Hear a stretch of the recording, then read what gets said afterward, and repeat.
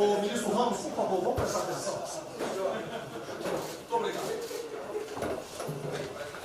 Você gostou? Está ótimo. Senhores, bom dia. Essa reunião é por solicitação minha ao presidente da República, porque nós iríamos apresentar isso à imprensa, que não foi apresentado, e começaram uma série de especulações sobre esse plano de retomada. Então, eu solicitei ao presidente uma reunião com os ministros, porque o plano não vai ter efeito se todos os senhores não nos ajudarem, cada um na sua área, claro. Tá? Na hora que nós precisarmos das pessoas para a coordenação do plano, o Ministério que não colocar uma pessoa realmente que seja envolvida e tenha capacidade para poder coordenar e executar, esse Ministério vai ficar mais fraco e aí o plano todo fica meio capenga. Tá? É uma apresentação de 10 minutos no máximo, mas é somente isso. Eu pediria também aos senhores que a finalidade não é reunião de ministros para nós discutirmos nada, é simplesmente para apresentarmos o plano. Como é que saiu essa ideia? Então, eu estava conversando com diversos ministros, entre eles Rogério Marinho, o Tarcísio, inclusive o nome do plano, eu roubei do plano do Tarcísio, né? Pedi autorização a ele e roubei. É um plano Marshall brasileiro. Né? E eu comecei a observar que tinha plano do Ministério de Desenvolvimento Regional, que a economia tem plano, que a saúde tem plano, e não estava havendo uma coordenação, uma sinergia. Então esse foi o motivo dessa reunião aqui. Eu vou procurar ser bem breve o objetivo. Por favor, passa primeiro. Muito bom. Passou tudo, acabou. Então vamos acabar. Você está no fim, está errado, cara. Passa primeiro, muito bem. Os senhores podem observar o seguinte. Eu comecei com o presidente. O problema, nós estávamos invertendo a questão de uma lógica de raciocínio. Nós temos um problema, né? Nós temos esse problema, temos que ver quais são as consequências negativas desse problema.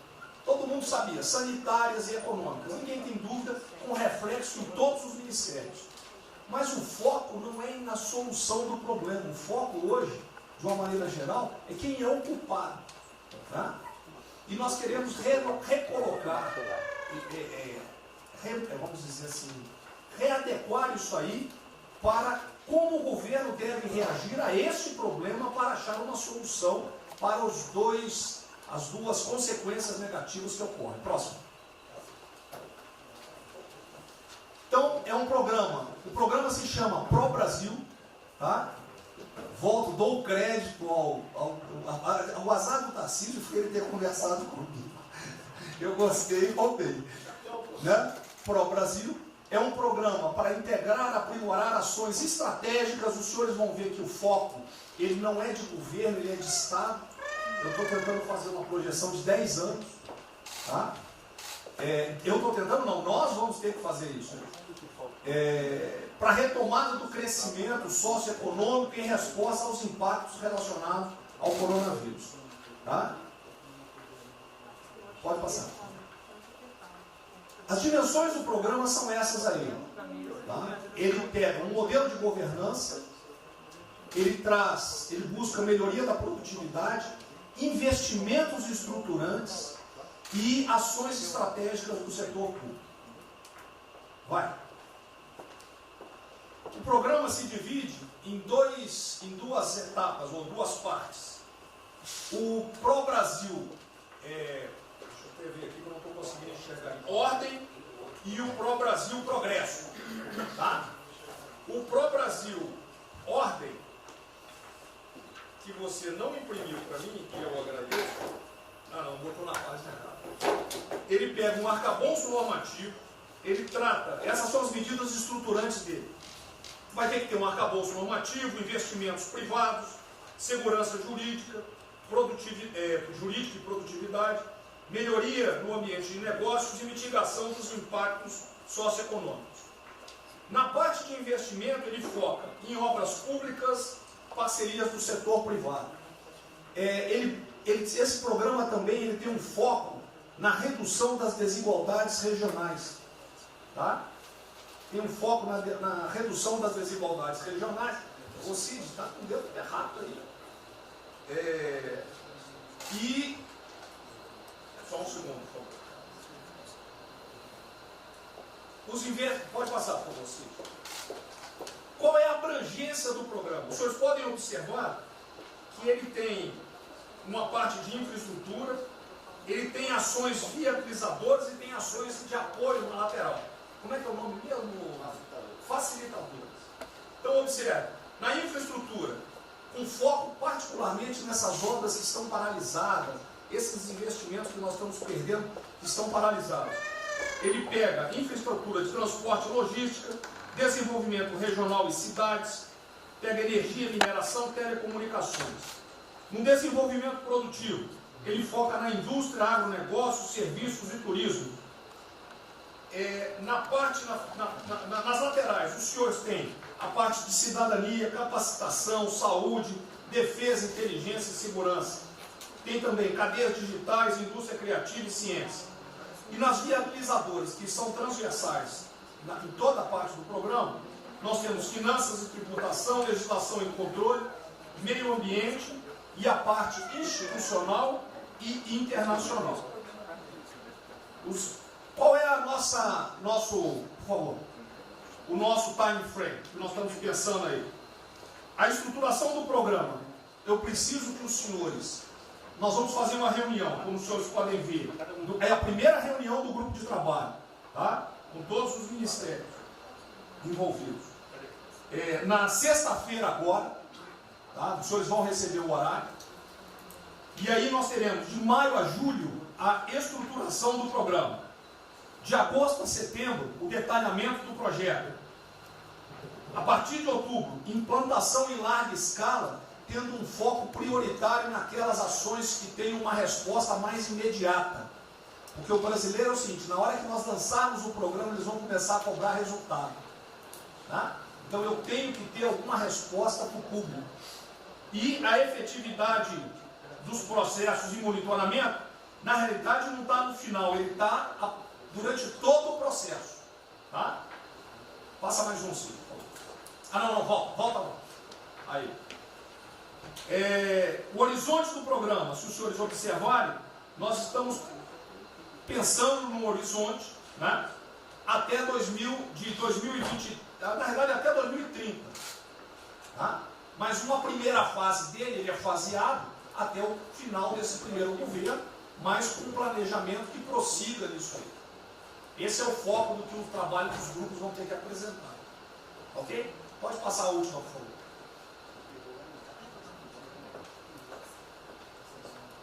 É sem som mesmo. Certo? Só um layout para o senhor. Então, na sexta-feira, eu solicitaria que os senhores, quando enviassem os representantes, esses representantes já viessem com uma noção dos programas ou do que os senhores pretendem dentro dos ministérios de vocês. Uma primeira ideia, e nós vamos partir disso para elaborar isso aí. O trabalho não será feito aqui é somente uma coordenação. Cada ministério vai fazer e nós vamos coordenar. O presidente era só isso. Vamos dar a palavra para o Guedes, com todo respeito aos demais, acho que é o ministro mais importante nessa missão.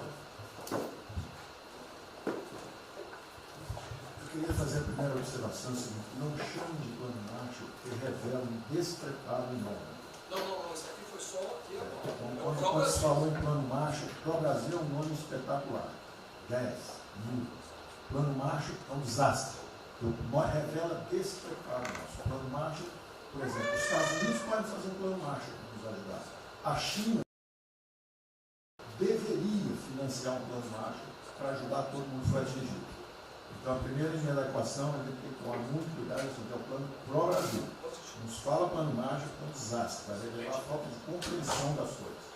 A segunda coisa é o seguinte: é super bem-vinda essa iniciativa para nos integrarmos todos. Agora, não vamos nos iludir. A retomada do crescimento vem pelos investimentos privados, pelo turismo, pela abertura da economia, pelas reformas. Nós já estávamos crescendo. Voltar uma agenda de 30 anos atrás que é investimentos públicos financiados pelo governo. Isso foi o que a Dilma fez 30 anos. Então está cheio de gente pensando nessa eleição agora e botando coisa na cabeça de todo mundo aqui dentro. São governadores querendo fazer a festa, são às vezes ministros querendo aparecer, tem de tudo. E todo mundo vem aqui, vamos crescer, agora temos que crescer, tem que ter resposta imediata, o governo vai gastar. O governo quebrou. O governo quebrou. Em todos os níveis. Prefeitura, governador e governo federal. O que nós conseguimos fazer? Nós sinalizamos o contrário. Nós desalavancamos o banco público, reduzimos o endividamento, baixamos os juros e o Brasil ia começar a voar. Então, se a gente lançar agora um plano, todo o discurso é conhecido, acabar com as desigualdades regionais, na linha, claro, está lá, são os detalhes dele. É bonito isso, por isso é o que o Lula, que a Dilma estão fazendo há 30 anos. Se a gente quiser acabar igual a Dilma, a gente segue esse caminho. Então, eu acho o discurso bom, mas nós temos que tomar cuidado e reequilibrar as coisas. Não pode o ministro, para querer ter um papel preponderante esse ano, destruir a candidatura do presidente, que vai ser reeleito se nós seguirmos o plano das reformas e documentos originários. Então eu tenho que dar esse recado, nós vamos estar à disposição, nós vamos ajudar tudo, mas nós não podemos nos iludir. O caminho desenvolvimentista foi seguido. O Brasil quebrou por isso. O Brasil estagnou. A economia foi corrompida, a política foi corrompida, a economia estagnou através do excesso de gastos públicos. Então achar agora que você pode se levantar pelo suspensório, como é que um governo quebrado vai investir, vai fazer grandes investimentos públicos? Tarcísio sabe disso, conversando sempre. Tarcísio sabe o seguinte, quanto é que você consegue, Tarcísio, passar de 5 bi para quanto? Para 15, para 20, para 30? A gente ficou por 6. Quanto é que você consegue de investimento em concessões? 250. Tá certo? Então, ó, tem 100 bilhões vindo para saneamento, tinha 100 bilhões que viriam, as 17 maiores petroleiras do mundo viriam para a nossa seção onerosa, 100 bilhões de seção onerosa, 100 bilhões de mineração, 100 bilhões de saneamento, 230 bilhões de concessões, 500 bilhões. Cadê o dinheiro do governo para fazer isso? Não tem. Então quem está sonhando é sonhador. A gente aceita. Politicamente a gente aceita. Vamos fazer todo o discurso da desigualdade, vamos gastar mais, precisamos eleger o presidente. O presidente tem que pensar daqui a 3 anos. Não é daqui a 1 ano, não. Tem muita gente pensando na eleição desse ano. É só a observação que eu farei. Eu estou fora de eleição de só um minutinho. A ideia aqui, ninguém falou em investimento público por enquanto. Inclusive, nós falamos ali em investimento, falamos inclusive em investimentos privados. O que tem que acontecer é o seguinte, eu estou vendo um plano de tanta gente, nós temos que centrar aqui a imprensa, a economia, exatamente o que pode, o que não pode. Fundamental a coordenação. Até para isso na imprensa que está saindo. Que saiu na imprensa assim, plano Marshall e economia está fora. Quer dizer, alguém foi para a imprensa e falou, vê o plano Marshall ali, a economia está fora. Quer dizer, enfraquecer o nosso discurso num momento desse é uma tolice, é um atentado contra nós mesmos. Questão da imprensa, eu acho que eu resumi hoje dentro do palácio 20 segundos. Eu não vou falar com vocês, que vocês vão deturpam, vocês inventam e potencializam. Tem que ser o papel de cada um, não pode um sair daqui no cantinho, foi mais ou menos. Não pode falar nada, tem que ignorar esses caras, 100%. Senão a gente não vai para frente. Tem que estar sendo pautado para esses pulhas. O tempo todo jogando um contra o outro. É a Pedro Cristina contra mim, entendi. Não pode jogar a Pedro Cristina, joga ela contra mim. O tempo todo. Tá? Então, se a gente puder falar zero na imprensa, é a saída. Bom, eu vou ser muito rápido aqui, general. Primeiro, parabéns. É fundamental esse processo de coordenação e de centro de governo. Nós precisamos ter isso cada vez mais aprofundado e com melhor qualidade. Segundo, eu quero, não precisa, mas eu quero me somar a essa visão do ministro Paulo Guedes, porque vamos lá. Nós recebemos o governo com 36 mil obras paradas. Oriundas da onde? Do pátio. Só para lembrar. O Abraão tem não sei quantas mil creches. 3 mil creches paradas que somam nessas 36. Então, o que nós trouxemos para o Brasil e como é que nós começamos o ano, e eu vou lembrar, presidente, o senhor sempre disse, é muito triste ver um brasileiro chegar no exterior e ser recebido com o manto da desconfiança. Pois nós passamos, Paulo Guedes, o ano todo, Tarcísio, Tereza, Bento, o nosso ministro Marcos Pontes e outros, andando pelo mundo e fazendo o quê? Vendendo o Brasil. Terminamos o ano, lembra do número, 482 bilhões de investimentos para os próximos 20 anos. Uma boa parte, mineração, petróleo, por aí vai. Recebemos 90 bilhões de bônus de outorga. Nós temos 10 bilhões de dólares do governo da Arábia Saudita que precisa definir onde é que vai votar. Mas o príncipe autorizou. São 50 bilhões de reais. A dinheiro de hoje. Então, eu tenho convicção de que nós temos que continuar fazendo o que a gente vinha fazendo. Ou seja, aprofundando a participação da sociedade. Nós temos uma coisa emblemática aqui, que é a Lei da Liberdade Econômica, que pela primeira vez na história do Brasil, desde que o Brasil é Brasil, o cidadão diante do Estado tem razão, até que o Estado prova ao contrário. Foi isso que fez os americanos, que há 200 anos atrás eram muito mais pobres do que nós, ser muito mais ricos do que nós. Então, o aprofundamento são sim das reformas, é sim ousar e ter uma reforma tributária que baixe o imposto no Brasil, reduz a carga tributária, estou falando sério. A gente nunca discutiu isso entre nós, mas isso tem que caminhar para isso. Por quê? Porque aí nós damos fôlego à iniciativa privada para que ela faça o que tem que fazer e nós vamos ser mediadores desse processo, apenas. E sinceramente, eu acho que todo o nosso esforço nos próximos dias tem que ser como é que nós mantemos a nossa linha, porque nós terminamos o ano, ministro Ernesto, ministro Tarcísio. O senhor foi recebido na Federação das Indústrias Alemãs com um slide que mostrava a 163 os caminhões atolados e a 163 pavimentado. E o presidente que coordenava aquele momento, eu estava lá lhe aguardando, voltando da Rússia, disse ao senhor, o que vocês brasileiros fizeram que nós não acreditávamos que vocês recuperaram a confiança e estão fazendo tantas transformações. Então, presidente, só para concluir, 100% dessa linha, mas que a gente não perca o foco original, porque por onde a gente estava caminhando, nós recuperamos a confiança externa e externa. Fomos acometidos de algo muito grave, que é uma doença, e que foi levado ao paroxismo da histeria, o que serve ao interesse de muitos, os mais variados, eu não vou aqui detalhar. Mas, sinceramente, temos que rapidamente voltar ao que nós estamos fazendo, porque nós estamos no caminho certo, e a prova disso é que todo mundo voltou a olhar o Brasil com respeito. Bom, eu vou partir do princípio que todos que estão aqui são bem intencionados e querem bem o Brasil. Então, nós temos de teoria da conspiração em que ninguém quer solapar os alicerces da República nem abalar a administração do presidente Bolsonaro.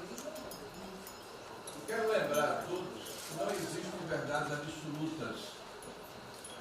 Por favor, vamos refletir. O que está acontecendo hoje no mundo não tem parâmetro nos últimos 100 anos. O que está acontecendo hoje no mundo vai permitir, de acordo com a FMI, que foi a previsão de uma semana atrás, de uma diminuição de quase 3% do PIB mundial, no caso do Brasil, de mais de 5%. Não tem paralelo. Em situações extraordinárias, remédios extraordinários de forma circunstancial. Isso não significa que nós tenhamos a necessidade de implantarmos uma política permanente. O ministro Braga Neto, na sua apresentação, ele estabelece, inclusive, um limite temporal e deixa claro que é uma política de Estado. O que eu peço é que nós tenhamos aqui as mentes abertas, e que os dogmas, quaisquer que sejam eles, sejam colocados de lado nesse momento. Porque os governos do mundo, certamente, têm a capacidade de entender o que está se passando. Eu tenho visto governos extremamente liberais preparando programas de reconstrução, levando em consideração a necessidade de que o Estado Estado Nacional passa a ter um papel diferente como tomador de risco nesse momento em que há uma queda abrupta da liquidez. O ministro Onyx fala com muita propriedade da Arábia Saudita dos 10 bilhões de dólares. É bom lembrar, está aqui o ministro Bento, que está se pagando para se retirar petróleo do mundo. Os países vão utilizar suas respectivas liquidez para resolver os seus problemas de infraestrutura e de retomada das suas economias. Nós temos que ter segurança jurídica, respeito a contratos, capacidade de alavancar recursos privados com a inversão de recursos públicos, sim. É bom lembrar que eu tenho ouvido falar, não sei se é verdade, depois vai colocar na ponta do lápis, que a gente pode chegar a 600 bilhões de reais esse ano de ajuda a empresas e a pessoas físicas. Recursos do governo federal, fruto de endividamento do governo, desse governo, que vai terminar o ano com déficits 4, 5, 6 vezes maior do que estava precificado no início do ano. Caiu um meteoro sobre as nossas cabeças. Então, por favor, nós não podemos começar a discussão com verdades absolutas e com dogmas estabelecidos ao longo de 100 anos, em função de uma catástrofe que se abateu sobre o mundo, que os governos de todo o mundo estão se debruçando sobre o assunto, entendendo que muda o papel do Estado. Senhor presidente, é bom lembrar que quando houve a unificação da Alemanha, eu acho que esse é um fato histórico irrefutável, o Estado alemão entendeu e fez um pacto de que haveria necessidade de investir em capital humano e infraestrutura na Alemanha Oriental para diminuir desigualdades regionais. E esse é um pacto do Brasil. Essa pode ser uma catástrofe que vai nos afundar, ou pode ser uma onda para a gente surfar, uma alavanca para recuperar o país. Todos os países do mundo estão submetidos ao mesmo processo. Vai depender da nossa capacidade de termos uma opção clara de que forma vamos sair desse problema.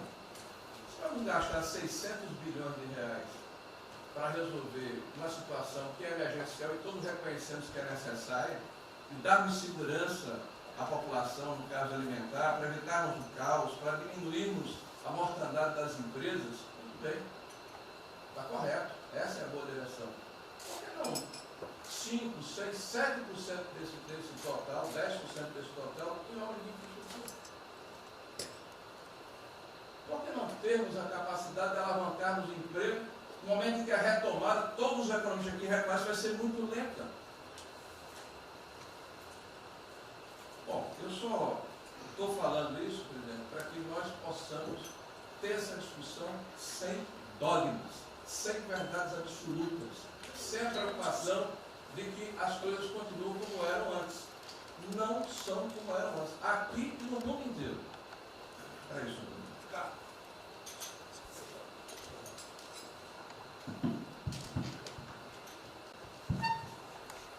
Presidente, estava assistindo atentamente a apresentação do colega Wilson Braga Neto. Na parte final, ali no slide das questões transversais, ao meio ambiente, mas eu acho que o que eu vou dizer aqui sobre o meio ambiente se aplica a diversas outras matérias. Nós temos a possibilidade, nesse momento que a atenção da imprensa está voltada quase que exclusivamente para o Covid e daqui a pouco para a Amazônia, o general Mourão tem feito os trabalhos preparatórios para que a gente possa entrar nesse assunto da Amazônia um pouco mais calçado, mas não é isso que eu quero falar. A oportunidade que nós temos, que a imprensa não está nos dando um pouco de alívio nos outros temas, é passar as reformas infralegais de desregulamentação, simplificação, todas as reformas que o mundo inteiro, nessas viagens que se referiu ao Mix, certamente cobrou dele, cobrou do Paulo, cobrou da Tereza, cobrou do Tarcísio, cobrou de todo mundo. Da segurança jurídica, da previsibilidade, da simplificação. Essa grande parte dessa matéria ela se dá em portarias e normas dos ministérios que aqui estão, inclusive o de meio ambiente. E que são muito difíceis, e nesse aspecto acho que o meio ambiente é o mais difícil de passar qualquer mudança infralegal em termos de instrução normativa e portaria, porque tudo que a gente faz é pau no judiciário, no dia seguinte. Então, para isso precisa ter um esforço nosso aqui, enquanto estamos nesse momento de tranquilidade, no aspecto de cobertura de imprensa, porque só fala de Covid, e ir passando a boiada, e mudando todo o regramento, e simplificando normas, de IFAM, de Ministério da Agricultura, de Ministério do Meio Ambiente, de Ministério disso, de Ministério daquilo. Agora é a hora de unir esforços para dar de baseada a simplificação regulatória que nós precisamos, em todos os aspectos. E deixar a AGU, o André não está aí, né? E deixar a AGU de stand-by para cada pau que tiver, que vai ter. Essa semana mesmo nós assinamos uma medida a pedido do Ministério da Agricultura, que foi a simplificação da lei da Mata Atlântica para usar o Código Florestal. Hoje já está nos jornais dizendo que vão entrar com ações judiciais e ação civil pública no Brasil inteiro contra a medida. Então, para isso, nós temos que estar com a artilharia da AGU preparada para cada linha que a gente avança. Mas tem uma lista enorme em todos os ministérios que têm papel regulatório aqui para simplificar. Não precisamos de Congresso. E coisa que precisa de Congresso também, nesse fuzuê que está aí, nós não vamos conseguir aprovar. Agora tem um monte de coisa que é só parecer, caneta. Parecer, caneta. Sem parecer também não tem caneta. E dar canetada sem parecer é cana. Então, isso aí vale muito a pena. A gente tem um espaço enorme para fazer. Enfim, acho que essa é uma questão importante que estava aí nos slides, Você vê que a jurídica também está embaixo. Isso, exatamente. Só o senhor entender o seguinte, isso aqui é coordenação dos planos que eu sei que todos estão fazendo. Tá? Coordenação. O que vai ser possível executar ou não, vamos entrar naquelas nas limitações que nós temos, e o que tiver conflito será levado à decisão do presidente. Agora nós temos que andar com isso rápido, porque a queda do desemprego, o país está sem esperança, nós temos que fazer isso andar. O pessoal da iniciativa privada está nos procurando, a gente tem que dar um rumo nisso aí. Bom, a ideia é essa. Me ligou agora de manhã o Eduardo Gouveia Vieira, da Firjan. Ele quer fazer uma videoconferência onde mais de 300 empresários do Rio, que é um pouquinho abaixo do potencial de São Paulo, para hipotecar solidariedade. A ideia que nós temos de reabrir o comércio. A desgraça que vem pela frente, eu acho que o Paulo Guedes está até legal, Paulo Guedes, não sou economista não. Vai ser uma porrada muito longa, você pode imaginar. Não são apenas os informais. Eu acho que bateu a 10 milhões de carteiras assinadas por saco, e os governos estaduais não têm como pagar salário, não tem. Maio, metade do estado não tem mais como pagar salário mais. A desgraça está aí. Eles vão querer empurrar essa trozoba para cima da gente, esse pessoal aqui do lado vai querer empurrar, e a gente vai reagir, porque aqui não é saco sem fundo. Tá? Então essa preocupação vamos ter. Paralelamente a isso, tem o AB da vida, enchendo o saco do Supremo, para abrir processo de bicho, porque não apresentei meu exame de vírus, essas frescuradas todas. E todo mundo tem que estar ligado. Não é apenas cuidar do seu ministério nessas questões que estamos tratando aqui, é tratar da questão política também. Tá certo? Então essa preocupação temos que ter, porque a luta pelo poder continua a todo vapor. E sem neurose da minha parte. Tá? O campo fértil para aparecer umas porcaria aí, né? Levantando aquela bandeira do povo ao meu lado, não custa nada. E o terreno fértil é isso: desemprego, caos, miséria, desordem social e outras coisas mais. Então essa preocupação todos devem ter. Né? Não é, tá bom, o Ministério fatura, deu merda no colo do presidente. Não pode ser assim. Hoje eu vi o Magno Malta me defendendo. O Magno Malta, desculpa aí, foi tratado lá atrás para ser vice. Depois ele resolveu não ser, tudo bem. Depois foi tratado para ser ministro, tudo bem. Agora, politicamente, ele nunca me deu uma alfinetada e sempre está defendendo os problemas que ele tem. Então, não é o ministro em peito aberto entrar no conjunto dos leões. Mas não pode. Né? Por exemplo, quando se fala em possível impeachment, ação no Supremo, baseado em filigranas, Eu vou em qualquer lugar no território nacional. Ponto final. O dia que for proibido de ir para qualquer lugar do Brasil, pelo Supremo acabou o mandato. E espero que eles não decidam, ou ele, né, monocraticamente, querer tomar certas medidas, que daí nós vamos ter uma crise política de verdade. E eu não vou meter o rabo no meio da perna. Zero. Certo? Porque se eu errar, se achar um dia ligação minha com o empreiteiro, dinheiro na conta na Suíça, porrada, sem problema nenhum. Vai para o impeachment e vai embora. Agora, com frescura, com babaquice, não. Até em cima do que eu falei, em frente ao Forte Apache. Eu sou o chefe supremo das Forças Armadas. Ponto final. O pessoal estava lá, eu fui lá, dia do Exército. E falei algo que eu acho que não tem nada demais. Mas a repercussão é enorme. Oh, AI-5. Cadê o AI-5? Acabou, o AI-5 não existe adicional no Brasil mais. É uma besteira. Artigo 4.2. É o pessoal que não sabe interpretar a função.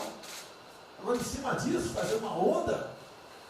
Vamos ouvir deputados, empresários, seja o que for. Agora, quando a Câmara fala lá dentro, uma homenagem a Che Guevara, a Mao Tse Tung e tudo mais, não tem problema nenhum. Quando o Partido Comunista do Brasil faz suas convenções e do lado lá, Fidel Castro, não tem problema nenhum. Quando um coitado levanta uma placa de AI-5, eu estou me lixando para aquilo, não existe AI-5. Não existe. Artigo 4.2. Nós queremos cumprir o artigo 4.2, todo mundo quer cumprir o artigo 4.2. É a necessidade, qualquer dos potentes pode, né, pedir às Forças Armadas, né, que intervenham para restabelecer a ordem no Brasil, naquele local, sem problema nenhum. Agora, todos, né, têm que se preocupar com a questão política e aquele direito, tira a cabeça da toca, porra. Não é só ficar dentro da toca o tempo todo, não. Estou bem, estou cuidando da minha imagem, a minha imagem está aqui, eu sou bonitinho, e o requisito todo, não, tem que fazer a sua parte. Então é isso que eu tenho que falar com você, que depois de um certo momento, onde chegar a cabeça dessas pessoas, fica difícil voltar atrás. Daí que é uma crise, é uma crise. Não tenho amor por esse mandato, por a cadeira de presidente. Zero. Não vou provocar ninguém. E assim como a defesa faz uma nota muito boa, dizendo que vai cumprir a Constituição, a liberdade, 10, né, e não aceita a golpe, 10, também não aceita o contra-golpe dos caras, porra. Vai deixar alguns malucos aí, que sabe quem são, ficar aí naquela fervura de o presidente é irresponsável, ele é maluco, ele é genocida. Não é assim. O que vale para um lado, vale para o outro. O que não vale para um lado, não vale para o outro. Essa é a nossa preocupação que devemos ter. Por isso que está aqui o pró-Brasil, mas também com a questão política. Se nós começarmos a falar com propriedade, e tem muita gente que fala muito melhor do que eu, e tem um conhecimento muito melhor do que eu, tem que falar, discretamente, mas tem que falar, para não deixar subir a temperatura, que é só porrada o tempo todo em cima de mim. E vou continuar indo em qualquer lugar do Brasil, ponto final, não é problema nenhum. Tá certo? Se eu não tivesse direitinho de vir, prefeitinho lá no fim do mundo, o jaguapoca do prefeito, manda prender. Tem que a justiça se posicionar sobre isso, porra. Tem que se posicionar sobre isso abertamente. Não admitimos prisão por parte do prefeito no decreto. Tem que falar, não é ficar quieto. E quem direito aqui, todos têm que falar isso aí, não é só a justiça. Todos têm que falar. Não é ficar, toca o barco não e vamos ali em frente. Tá? Então esse papel é vocês, pô. Essa preocupação, acordem para a política e se exponham. Afinal de contas, o governo não só.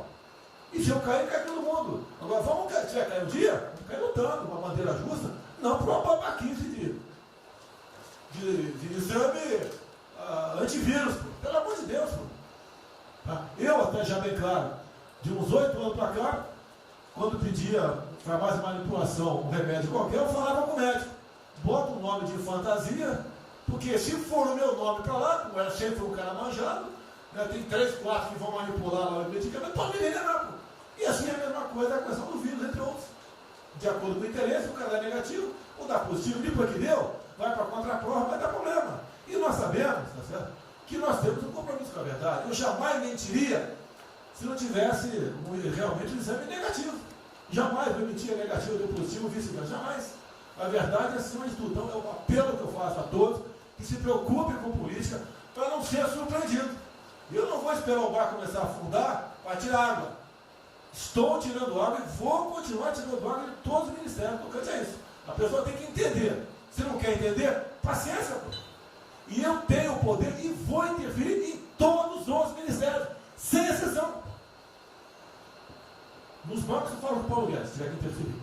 Nunca tive problema com zero problema com o Paulo Guedes. Agora os demais, vou. Eu não posso ser surpreendido com notícias. Eu tenho a PF que não me dá informações. Eu tenho as inteligências das Forças Armadas que não têm informações. A BIM tem seus problemas. Tem algumas informações. Só não tenho mais porque está faltando, realmente, temos problemas. Aparelhamento, etc. Mas a gente não pode ver essa informação.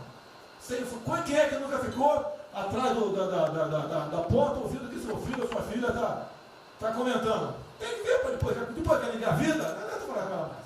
Tem que ver antes. Depois que o moleque encheu os conos de droga, não adianta mais falar com ele, já era. A informação é assim. Eu estava vendo, estudando esse fim de semana aqui, como é que o serviço chinês secreto trabalha nos Estados Unidos. Qual a preocupação nossa aqui? É simples o negócio. Ah, não deve falar publicamente. Deve falar como? Está todo mundo vendo o que está acontecendo?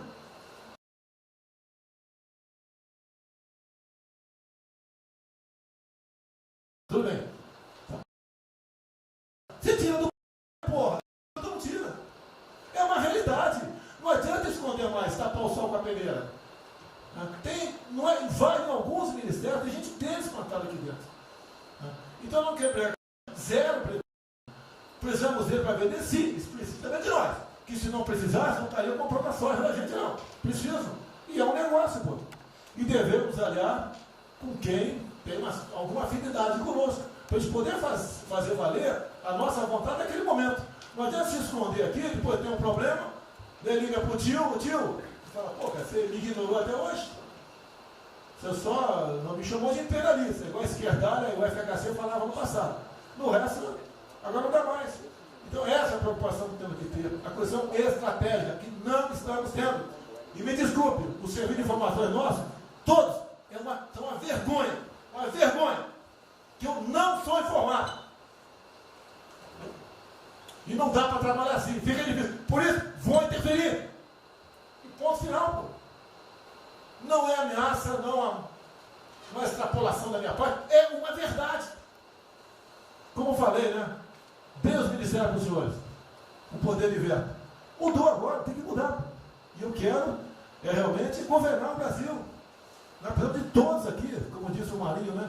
O mesmo aqui, o mesmo barco. Se alguém cavar o cavalo no porão aqui, vai todo mundo para o saco aqui, vai todo mundo morrer afogado. Então é isso que a gente precisa. É pensar além do que tem que fazer internamente aqui. Quando eu explodi em metro, conversei com o Paulo Guedes. Desculpa o linguagem, é uma putaria. Putaria em metro.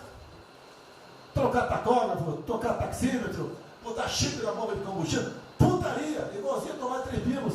Está muito bem agora, mas precipiou a porrada. Ah, botou um coronel. O coronel foi pelo hino. Eu ia botar um coronel, você vai ter uma formação. Tá? E assim nós devemos agir. Como está discutindo agora, IFAM, está lá vinculado à cultura. Eu fiz a cagada em escolher, não escolher uma pessoa que tivesse também outro perfil. Uma excelente pessoa que está lá, tá? Mas tinha que ter outro perfil também. E vamos parar com a capa do Brasil. Compara com o Luciano Hang. Encontra lá um cocô petrificadinho, para a obra. Para a obra. O que tem que fazer? Alguém no IFAM que resolva o assunto. E assim nós temos que proceder. E assim, cada hora, como eu falei da Tereza Cristina, que mudou a questão normativa, revocou a questão normativa, ajudou 400 mil pessoas no Vale do Ribeira, parabéns. Assim são outras decisões. A questão de armamento, tá? As questões de... Ah, por quê? Espera aí. Senhor ministro da Justiça, por favor. Foi decidido há pouco tempo que não podia botar algema em quase ninguém. Por que estão botando algema em cidadão que está trabalhando, ou mulher que está em praça pública, e a justiça não fala nada? Tem que falar, pô! Vai ficar quieto até quando? Ou eu tenho que continuar me expondo? Tem que falar, botar para fora, esculachar. Não pode botar algema. Decisão do próprio Supremo. E vão ficar quietos até quando? Estão humilhando o nosso povo, porque isso está crescendo. O pessoal fica apontando para mim, votei em você para você fazer alguma coisa. Votei em você para você tomar decisões, para você brigar. E é verdade. Eu estou me lixando com a reeleição. Eu quero mais que alguém seja eleito, se eu vier candidato, tá? Eu quero ter paz no Brasil, mais nada. Porque se for na esquerda, uma porrada de vocês aqui tem que sair do Brasil, que vão ser presos. E eu tenho certeza que vão me condenar por homofobia, 8 anos por homofobia. Ele inventa o racismo, como inventaram agora por Von Traub. Desculpa usar a puta que eu pariu. O Von Traub pode falar uma merda do mundo, mas racista? Vamos ter que reagir, pessoal. É outra briga. Tem que ser um governo com altivez. Se expor, mostrar que nós temos o povo do nosso lado. Que nós somos submissos ao povo. Nós queremos realmente, é como disse, se não me engano, Margaret Thatcher, né? Ou Reagan, não sei, para ser conduzido pela povo brasileiro, ponto final. Onde o povo está, vamos estar juntos. Eu não convidei ninguém para ir para frente do Forte Apache. Ninguém, zero. Estava na casa do meu filho, fiquei sabendo, vou para lá. A empresa está falando agora que não sei, 2 ministros militares aí não aceitaram meu convite. O dia que ou eu convido o ministro para o churrasco em casa, eu pago uma missão. Eu vou pagar uma missão. A missão for absurda, o ministro falou, tchau, estou fora. Tá certo? Ou vai e fica puto, mas vai, puto. E jamais eu vou pagar uma missão escrota para quem quer que seja. Nem no quartel fazer isso com recruta, nem no quartel. Tá certo? Quem tirar o nosso convívio aqui, que é muito bom, partir para essa linha. Não estamos em desespero, nós estamos bem. Não somos acusados de desvio, de corrupção, nada, tá zero. Temos problema pela frente. Vamos tentar solucionar. Eu tenho conversado com vários ministros. E vamos solucionar. Porque o destino do Brasil está na mão desse grupo privilegiado que está aqui. E eu não seria nada sem vocês. Vocês não seriam ministros sem eu. Duvido. Dificilmente eu tenha sido ministro se tivesse Haddad aqui. Eu duvido. Podia aceitar por alguns dias, né? Depois ver a sacanagem que ia ser. Não ia ser diferente do que foi os 2 anos anteriores do PT. Né? Ia pedir para sair. Então, um apelo para vocês. Todo mundo se preocupa com o futuro do Brasil, com a questão política. Criticar um ato de uma pessoa ou outra não é criticar o Congresso ou de criticar o Supremo Tribunal Federal. Quem não ficou revoltado, o Moro ficou revoltado com a liberdade desse pessoal. Por causa de vírus, botou esse estuprador para fora. Imagine ter estuprado uma filha nossa, um filho da puta desse depois de liberdade. Nós temos que colocar no lugar dessas pessoas, desse pai que tinha sido estuprado, aí os vagabundos foi posto na rua. Com a decisão, foda-se quem seja, tem que jogar pesado em cima disso. Não é um desabafo, pessoal, é uma realidade. O nosso barco está indo, mas não sabemos ainda, no momento, dado o último caso, vírus, para onde é nosso barco. Pode estar indo em direção ao iceberg. A gente vai para o fundo. Então vamos se ligar, vamos se preocupar. Quem de direito se manifesta com altivez, com palavras polidas, tá? Mas coloca uma posição, porque não pode tudo veio para a minha retaguarda, tudo. Tá? E vocês têm que apanhar junto comigo, logicamente, quando tiver motivo para apanhar, ou motivo para bater.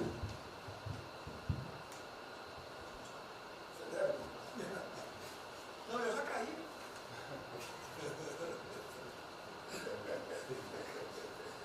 O ministro Moro falou.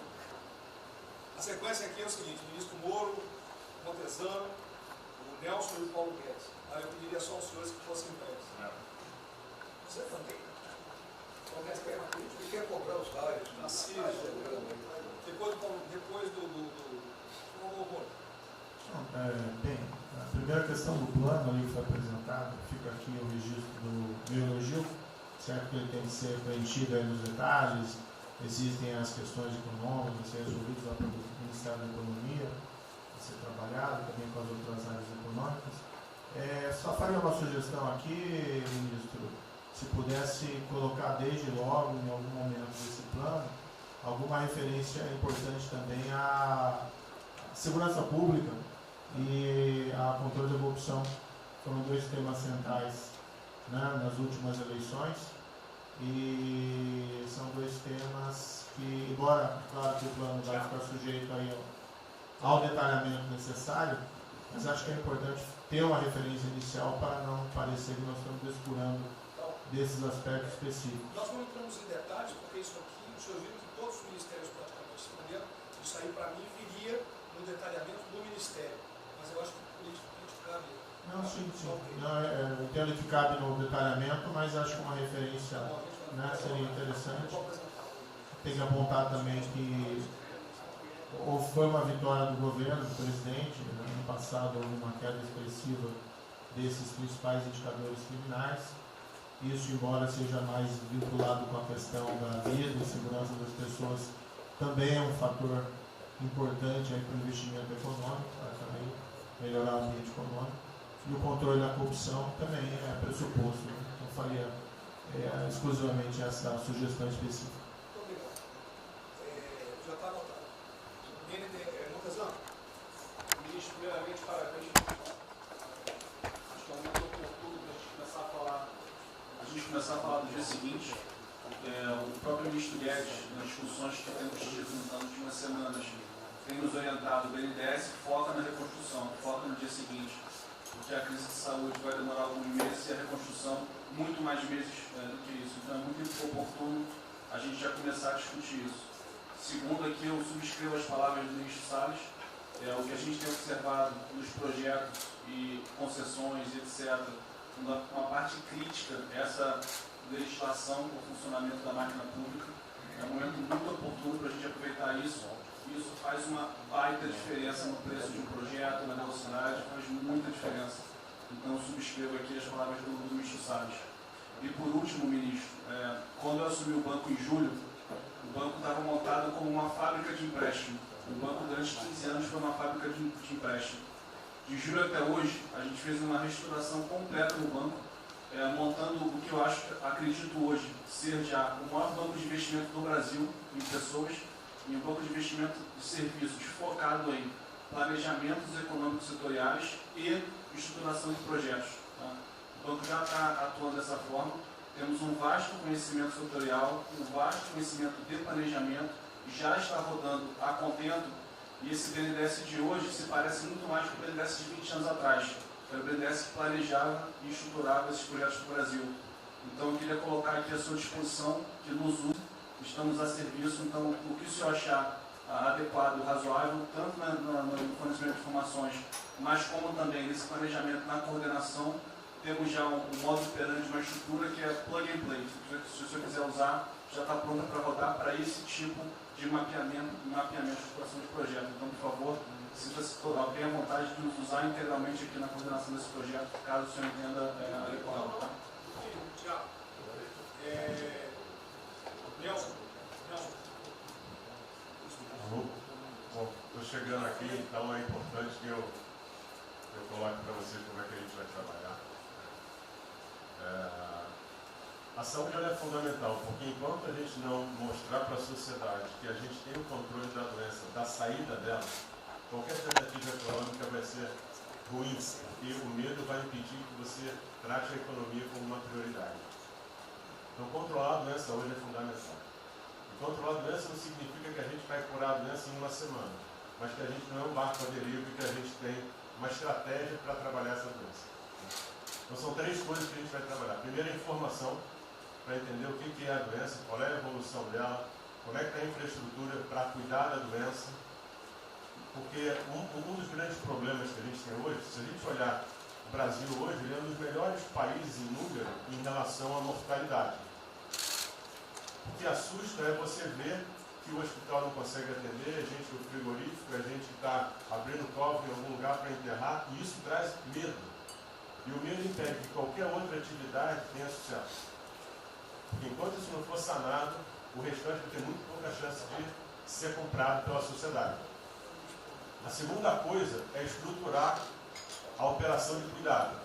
Então a gente vai investir em logística, vai investir na parte de compra e tentar melhorar o processo. Por quê? Porque se eu tiver os hospitais funcionando, eu vou ter os pacientes tratados, eu não tenho a sensação da crise, o medo melhora e o restante pode entrar. E a terceira coisa é a gente deixar claro um programa de saída do isolamento e do distanciamento. Não é que vai sair amanhã, mas a gente tem que ter um planejamento. Porque aí a gente realmente mostra que a situação está na nossa mão. Pode ser que demore um pouco, mas a gente está controlando esse processo, que a gente não está sendo um barco à deriva. Então, basicamente, eu queria falar para vocês, essa é a forma como a gente vai tratar. A gente vai estar interagindo com todos os ministérios que forem necessários para que isso aconteça da forma mais rápida possível. Basicamente é isso. É um prazer estar aqui com vocês. Ontem eu liguei para o diretor-geral da Polícia Rodoviária Federal. Chegou ao meu conhecimento uma nota que era dele sobre o passamento de um patrulheiro. E ele enfatizou que era por 2019. Eu liguei para ele, por favor. O que mais? Ele era obeso, era isso, tinha comorbidades. Mas ali na nota dele só saiu um Covid-19. Então, vamos alertar aquele direito do respectivo ministério, pode botar Covid-19, mas bota também, fibrose, um montão de coisa. Não pensa esse negócio, tem um montão de coisa lá. É exatamente como levar um medo à população. O que você olha, morreu um sargento do exército, por exemplo. A princípio é um cara que está bem de saúde. Né? Um policial federal, né? Seja o que for. E isso daí não pode acontecer. Pede esse cuidado com os colegas, né? Aquele direito do respectivo ministério, que tem alguém encarregado disso, né? Tomar esse devido cuidado para não levar mais medo ainda para a população. Você perguntou, nossa, aí perguntou quanto tempo levaria para mostrar o plano, alguma coisa. Eu acredito que. Não, nós já conversamos hoje. Não, nós já conversamos hoje sobre isso. O COP está montando junto com a saúde. Tá? Eu não posso dizer. A gente está trazendo recurso para poder acelerar esse processo, porque na verdade a gente está correndo muito tempo. Enquanto a gente não conseguir controlar a percepção que a gente hoje tem condição de cuidar das pessoas, vai ser difícil. Né? E o problema da doença é que você pega um sistema que, se você falar em eficiência, os hospitais têm que ser eficientes. Então, quando você fala em eficiência, você vai quase no limite do cuidado. Você não tem solo, você não tem gordura. Quando você pega uma doença que chega, que é muita gente ao mesmo tempo, você não consegue ter agilidade para preparar o sistema para cuidar dela. E a gente tem um problema adicional que a gente tem que tomar cuidado, que é o seguinte: como você tem os hospitais com pouca, você tem muita gente falando de Covid, os hospitais estão diminuindo muito o atendimento, o que significa que eles vão ter problema financeiro. Se isso prorroga, esses hospitais vão ter cada vez mais dificuldade, você vai poder ter um hospital mais sucateado, um hospital fechado. O que está acontecendo hoje?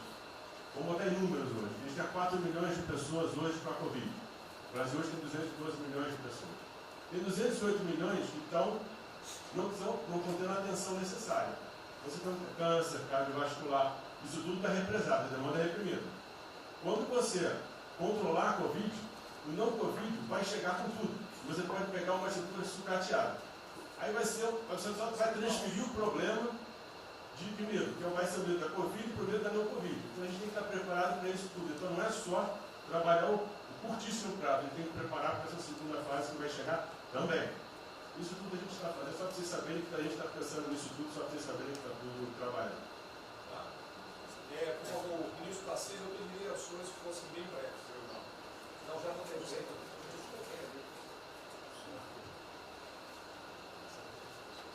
Só para louvar a iniciativa, acho que é importante essa coordenação da Casa Civil. Tenho certeza que é o que a sociedade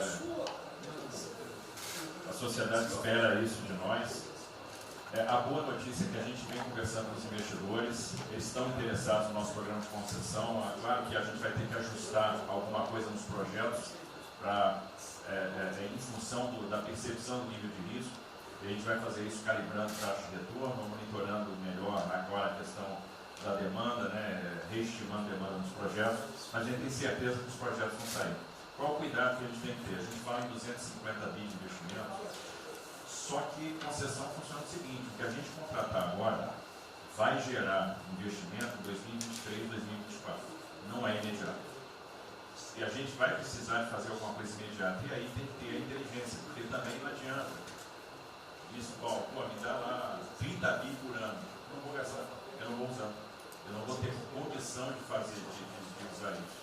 Né? Porque nos períodos altos, lá que a gente executou mais, a gente consegue ali ter uma capacidade operacional de executar 13, 14 bilhões máquinas.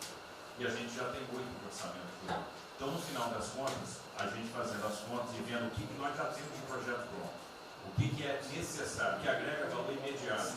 É um princípio Maranhão lá, que leva a safra para o Porto de Itaqui, que se acabou. Ali eu posso fazer uma intervenção imediata. E o que a gente vai falar? Estou falando de pegar os 8 que a gente tem e agregar mais 3, mais 4. É essa aqui. Eu acho que isso é realmente necessário para gerar emprego, para dar a resposta que a sociedade está querendo e conjugando isso com o investimento privado. As duas coisas têm que andar juntas, né? E aí nós vamos dar um bom retorno. A gente está vendo aí o esforço que o BNDES está fazendo, a gente está fazendo um trabalho magnífico, trazendo o banco, trazendo o privado, o sindicato de bancos, para assumir uma responsabilidade que é deles também. O Banco Central injetou um monte de liquidez aí no sistema, para o dinheiro não ficar empossado, e aí preservando o caixa para atuar, né, nesses projetos de estrutura que vai ser fundamental. Então, eu acho que é essa linha que nós precisamos ter, né? E tivemos aí dois caras aí na história recente que pegaram terra arrasada e entraram para a história. Um foi o Roosevelt, o outro foi o Churchill. O terceiro vai ser o Bolsonaro. Pedro Guimarães.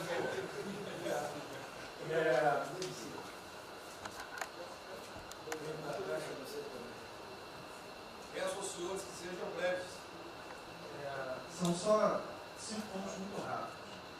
Primeiro, presidente, o maior programa da história do mundo de inclusão social, digital, que nós estamos fazendo nesse governo, pessoas que tomavam dinheiro a 25% ao mês. Quer dizer, todos os ladrões lá, PT, PMDB, PSDB, aquela ladroagem toda, 25% ao mês. E ninguém se indigna. Esse governo que se indignou, o governo dos liberais. Então, assim, acho que a gente está com problemas narrativos. Hoje de manhã, por exemplo, o pessoal da Band queria dinheiro. O ponto é o seguinte, vai ou não vai dar dinheiro para Bandeirantes? Ah, não vai dar dinheiro para Bandeirantes? Passei meia hora levando porrada, mas repliquei. E falei, olha, vocês estão em casa? Eu tenho 30 mil funcionários na rua. Não tem esse negócio, essa frescurada de home office. Eu já visitei 15 agências. E você em casa? Aí o pessoal ficou um pouco mais calmo. Quer dizer, eu posso ter 30 mil brasileiros nas agências lá. Sabe quantas pessoas a Caixa está pagando hoje? 7 milhões de pessoas. E todo mundo home office. Que porcaria é essa? Desculpa o meu ponto, presidente. Quando o senhor falou, eu vou me emocionar. O Luiz Lima, que nadou com meu pai, foi atleta olímpico, teve a esposa e a filha de 14 anos presa ontem, no Camburão. Que porra é essa? Desculpa. Que porra é essa? O cara vai pro Camburão com a filha, que se fosse eu, ia pegar minhas 15 armas e ia dar uma...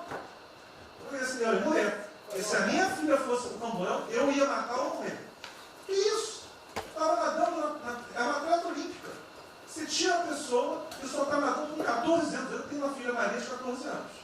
Se a minha filha fosse pro Campurão, ou eu matava ou morria. Isso.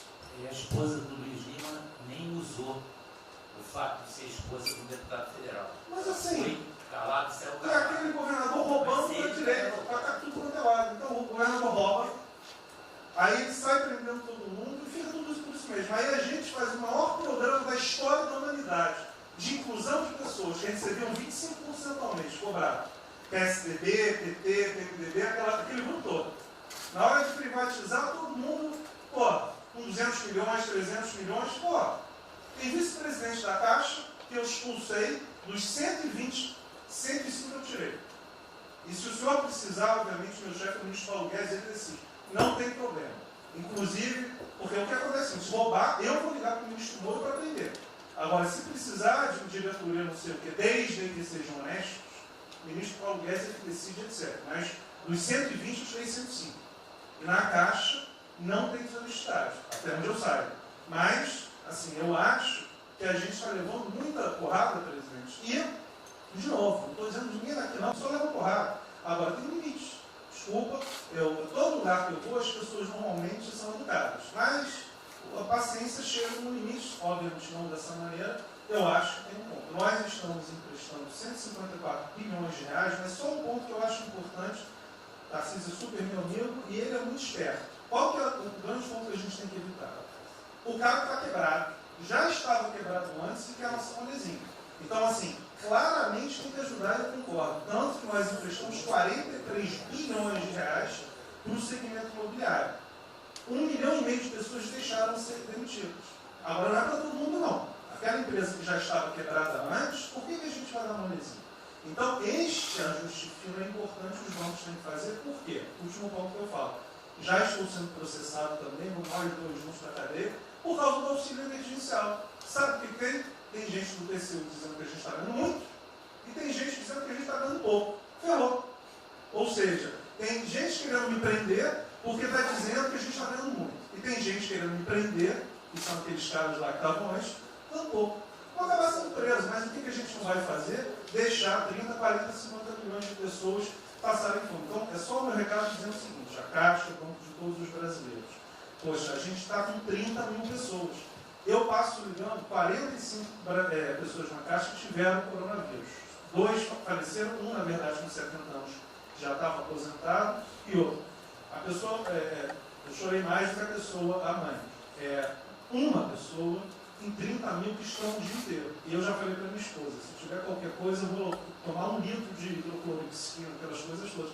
Então, assim, eu acho que a gente está, só o último ponto, numa questão de histeria coletiva. Quer dizer, eu posso ter 30 mil funcionários da Caixa pagando 7 milhões hoje, 2 milhões na segunda, ontem a gente abriu 800 agências, vamos abrir no sábado, no domingo, 2 horas antes. Então, o que a imprensa quer? Que você pague e dane-se os funcionários da Caixa. Mas se morrer 2, Jornal Nacional, presidente Bolsonaro e presidente Pedro, irresponsáveis porque abriram. A gente só vai levar porrada. Agora, realmente, meu ponto é inaceitável, foi a primeira vez que aconteceu. Eu conheço a Milena, Lene, Romine, atleta olímpico. Quer dizer, um atleta olímpico, a esposa atleta olímpica, a filha de 14 anos num camburão. Eu não sei se eles botaram atrás ou no meio. E aí você solta o estuprador, então eu acho que realmente tem uma questão. De novo, eu quero só reforçar uma coisa. O ministro Moro, em um dia, resolveu um problema muito importante. Muito obrigado, ministro. O que aconteceu? Os guardas, né, os que ficam dentro da agência, não poderiam, por legislação, estar fora. O que aconteceu? O ministro, 5 horas, resolveu o problema.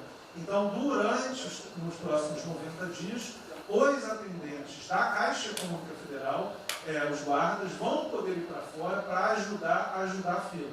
Ou seja, tem uma fila, tem 250 agências e tem 500 pessoas na fila. E aí, com a ajuda do ministro Moro da Polícia Federal, eles emitiram uma portaria. Então, só para finalizar, quero agradecer, ministro. Só um registro aí, até foi fácil de resolver, foi a Polícia Federal que resolveu. Ministro Ernesto, por favor. Volta a pedir que estejam breves. Obrigado. Rapidamente, sobre o plano. A dimensão internacional do plano, evidentemente, é fundamental, já está ali contemplado. Eu queria mencionar o seguinte: eu acho que é fundamental que essa dimensão internacional não seja simplesmente uma adaptação nossa ao cenário internacional, mas que ela leve em conta a capacidade que o Brasil hoje tem de influir no desenho de um novo cenário internacional. Eu estou cada vez mais convencido que o Brasil tem hoje as condições, tem a oportunidade de se sentar na mesa de 4, 5, 6 países que vão definir a nova ordem mundial. Um dia, na conversa do presidente com o primeiro-ministro, o indiano disse que vai ser tão diferente o pós-coronavírus, o pré, quanto o pós-segunda guerra, o pré. Eu acho que é verdade. E assim como houve um Conselho de Segurança que definiu a ordem mundial, 5 países depois da Segunda Guerra, vai haver uma espécie de novo Conselho de Segurança, e nós temos dessa vez a oportunidade de entrar nele e acreditar na possibilidade do Brasil influenciar e ajudar a formatar um novo cenário. E esse cenário, acho que tem que levar em conta o seguinte: estamos aí revendo os últimos 30 anos de globalização. Vai haver uma nova globalização. O que aconteceu nesses 30 anos? Foi uma globalização cega para o tema dos valores, para o tema da democracia e da liberdade. Foi uma globalização que a gente está vendo agora, criou um modelo onde no centro da economia internacional está um país que não é democrático, que não respeita os direitos humanos, etc. Essa nova globalização acho que não pode ser cega. Tem que ser uma globalização, tem que ser uma estrutura que leve em conta, claro, a dimensão econômica, mas também essa dimensão da liberdade e do valor. E da mesma maneira, acho que o plano está apontando para isso, na nossa dimensão nacional, também não pode ser um plano cego para essas dimensões daquilo que nos traz, que traz o projeto do presidente, que é não simplesmente a eficiência, a pujança, o crescimento econômico, mas a liberdade, o combate à corrupção, o foi a reinvenção do Brasil livre, do Brasil livre dessas mazelas com a extensão. Obrigado. Obrigado, ministro. Comentários. É o último que colocou. Não, é bem rápido. Eu só vou voltar na história. Vou voltar aqui numa história breve. Queria lembrar que no fim do governo Dilma a taxa de juros era 14,5%, a curta, mas a taxa longa era 20%. E aí quando a gente olha o que aconteceu e o que proporcionou a taxa de juros cair, é interessante, porque teve um dia, 18 de agosto, saiu uma manchete no jornal que todos os elementos apontavam que ia ter o teto de gastos. Naquele dia, a curva de juros começou a cair e foi quando depois o presidente do Banco Central anterior começou a cair os juros. Ele caiu os juros até o nível de 6,5, estabilizou, teve a incerteza das eleições, com a incerteza do PT poder voltar, a taxa piorou. Depois, curiosamente, quando o mercado entendeu que ia ter a Previdência, foi quando abriu espaço para colocar os juros novamente. Então, a razão dos juros ter ido de 14,5, 15 ou 20 para o que está hoje foi o fato da sociedade e do mercado ter entendido que o governo ia ter disciplina em relação às contas públicas. Isso a gente não pode esquecer. Tá? Se permite, Alberto, então você está dizendo aí que não só a Selic tem como uma taxa longa, nós devemos basicamente a PEC do teto, é isso? Isso. Estou dizendo exatamente isso. E depois também a Previdência. Então, dito isso, eu acho que é importante a gente passar essa mensagem. Um outro tema só, aí em relação ao plano, 3 pontos só que eu acho importante. A gente tem feito reuniões entre os banqueiros centrais de vários países do mundo, quase todas as semanas. Eu acho que tem 3 pontos que são importantes. Primeiro, existe um consenso hoje que o mundo privado está com muito medo de tomar risco. Então, que não vai ter como ter uma saída rápida sem que o governo não entre de alguma forma no mundo risco. Porque o mundo privado está com medo de tomar risco pelo fator medo. Que é o fator que o doutor mencionou, que eu acho que é muito importante. Se amanhã você permitir todo mundo no estádio de futebol ver um jogo, será que todo mundo vai sair de casa? Vai? Qual é o fator medo? O fator medo é interessante porque quanto mais informação você tem, mais medo você tem. Porque a mídia joga medo. Então você tem hoje uma classe mais alta que tem mais medo que a classe mais baixa, exatamente porque eles têm mais acesso à informação e a informação enviesada. Então, o primeiro ponto é esse ponto de tomar risco. O segundo ponto rápido é um tema que eu acho que está muito crescendo também, crescendo bastante, que é a análise, que a gente chama de análise intertemporal.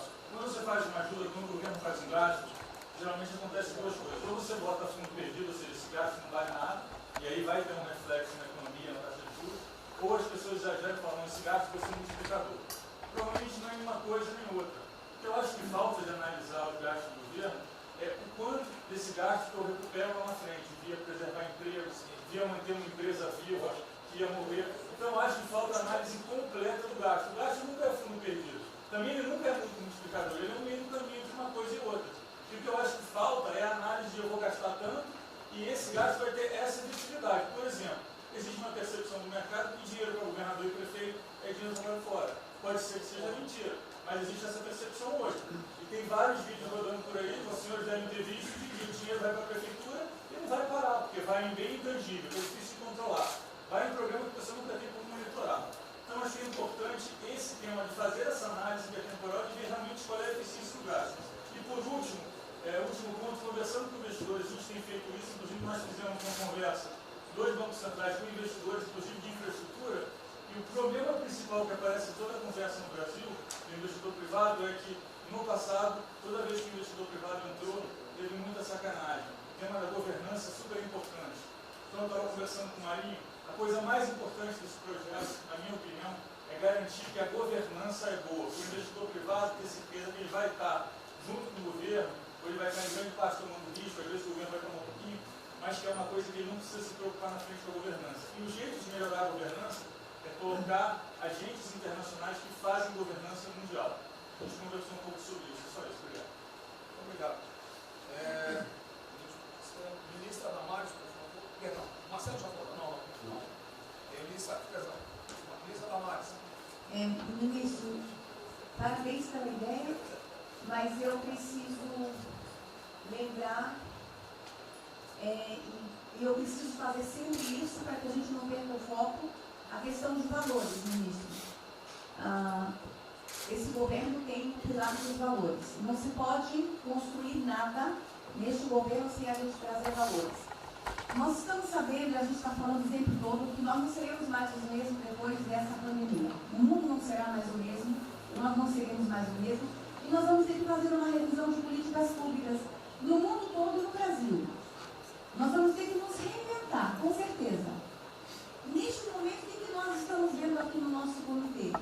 Nós estamos buscando dados e não estamos encontrando dados. Nós recebemos um governo que não tinha dados, os dados que nós tínhamos eram falsos, mentirosos. Um Brasil de achismo, um Brasil de talvez, eu acho que é, talvez sim, talvez não. Políticas públicas construídas até agora nessa nação em cima de talvez e de achismo. Nós vamos ter que rever muita coisa. É um país plural. Quando a gente foi buscar os povos tradicionais agora para a gente construir enfrentamento ao coronavírus, nós descobrimos, ministros, que nós temos 1.300.000 ucranianos no Brasil. Ninguém nunca falou de ucranianos para nós no Brasil. Com a sua cultura totalmente preservada no Brasil. Nós estamos com 1.500.000 ciganos e eu falava de 1.300.000 e são 1.500.000 ciganos. Nós estamos... Então, presidente, nós vamos ter que rever muita coisa na aplicação das nossas políticas públicas no Brasil. Os nossos seringueiros são em números maiores do que a gente imagina no Brasil. Então, tudo que nós formos construir, nós vamos ter que ver, ministro, a questão dos valores também. A questão, os nossos quilombos estão crescendo e os meninos estão nascendo nos quilombos e seus valores estão lá. Então, tudo vai ter que ver a questão dos valores. E quando eu falo valores, ministro, eu quero dizer para o senhor, nós estamos com quase 80.000 idosos em abrigos no Brasil. Eu me surpreendi com números. Nós estamos com quase 60.000 crianças em abrigos no Brasil. Os números estão me surpreendendo. E eu estou com um número absurdo de mulheres também em busca de abrigos por causa de violência. Então, tudo isso tem que vir para este pacote. Nós vamos ter que fazer algumas revisões de políticas públicas no Brasil. Então, por favor, ministro, coloque aí a questão de valores. E quando eu falo valores, aí eu quero olhar para o nosso novo ministro aqui da Saúde e dizer, ministro, valores estão lá no seu ministério também. Neste momento de pandemia, a gente está vendo aí a palhaçada do STF trazer o aborto de novo para a pauta. E lá está a questão de as mulheres que são vítimas do Zika vírus vão abortar. E agora vem do coronavírus. Será que vão querer liberar que todos que tiveram coronavírus poderão abortar no Brasil? Vão liberar geral? O seu ministério, ministro, está lotado de feminista que tem uma pauta única, que é a liberação de aborto. Quero te lembrar, ministro, que está chegando agora, este governo é um governo pró-vida, é um governo pró-família. Então, por favor. E aí, quando a gente fala de valores, ministro, quero dizer que nós estávamos sim no caminho certo. A gente não precisa reinventar muita coisa, não. E eu quero citar aqui um exemplo da política indigenista como este governo estava construindo. Todo mundo começou a dizer, a esquerda começou a falar, que o coronavírus iria dizimar os povos indígenas no Brasil. O primeiro óbito, dia 12 de abril, sabe o que é isso? A forma como nós estávamos conduzindo a política indígena no Brasil. Primeiro óbito, dia 12 de abril. E eu fui lá para a Amazônia, em Roraima, junto com o presidente da FUNAI e o secretário nacional de saúde indígena, para acompanhar o primeiro óbito. A forma como a gente conduziu deu muito certo. Vamos ter que melhorar? Vamos ter que melhorar. E por que nós fomos lá, presidente? Porque nós recebemos a notícia que haveria contaminação criminosa em Roraima e na Amazônia, de propósito, em índios, para dizimar aldeias e povos inteiros para colocar nas costas do presidente Bolsonaro. Eu tive que ir para lá com o presidente da FUNAI e me reunir com os generais da região e os superintendentes da Polícia Federal para a gente fazer uma ação ali meio que sigilosa. Porque eles precisavam matar mais índio para dizer que a nossa política não estava dando certo. Então, o que a gente estava fazendo estava dando certo. O que nós estamos fazendo está dando certo. Então, aqui, general, todo o nosso trabalho que envolve políticas de valores precisa estar aqui no Pró-Brasil. E aí, presidente, só para encerrar, eu quero dizer para o senhor que a sua angústia tem razão de ser. Nunca houve tanta violação de direitos no Brasil como neste período. Direitos fundamentais foram violados. No nosso Disque 100 tem mais de 5.000 registros, ministros, de violação de direitos humanos. Mas o senhor tem uma ministra de direitos humanos e uma equipe muito corajosa. São mais de 5.000 procedimentos e ações que estão sendo construídos. Governadores e prefeitos responderão ao processo. E Idosos estão sendo algemados e jogados dentro de camburões no Brasil. Mulheres sendo jogadas no chão e sendo algemadas por não terem feito nada. Nós estamos vendo padres sendo multados em R$90 mil porque estavam indo da igreja com 2 fiéis. A maior violação de direitos humanos da história do Brasil nos últimos 30 anos está acontecendo neste momento. Mas nós estamos tomando providências, a pandemia vai passar, mas governadores e prefeitos responderão processos. E nós vamos pedir, inclusive, a prisão de governadores e prefeitos. E nós estamos subindo o tom. E discursos estão chegando. Nosso ministério vai começar a pegar pesado com governadores e prefeitos. Nunca vimos o que está acontecendo hoje. Se eles falavam que nós éramos violadores de direitos, eles estão. Inclusive, o governador Wellington agora, ontem, determinou que a polícia poderá entrar nas casas. Vocês não imaginam o que ele vai fazer. Poderá entrar assinou. A polícia poderá entrar na casa sem mandato. Então, assim, as maiores violações estão acontecendo nesses dias. Então, nós estamos fazendo enfrentamento de mais de 5 procedimentos. O nosso ministério já tomou a iniciativa e nós estamos pedindo, inclusive, a prisão de alguns governadores. Então, está aí algumas respostas. Valores, por favor. Valores. Posso falar? Vamos ver mais. Houve aqui uma apresentação, uma representação do ministro Paulo Guedes, que a senhora vai receber mais dinheiro. Obrigada.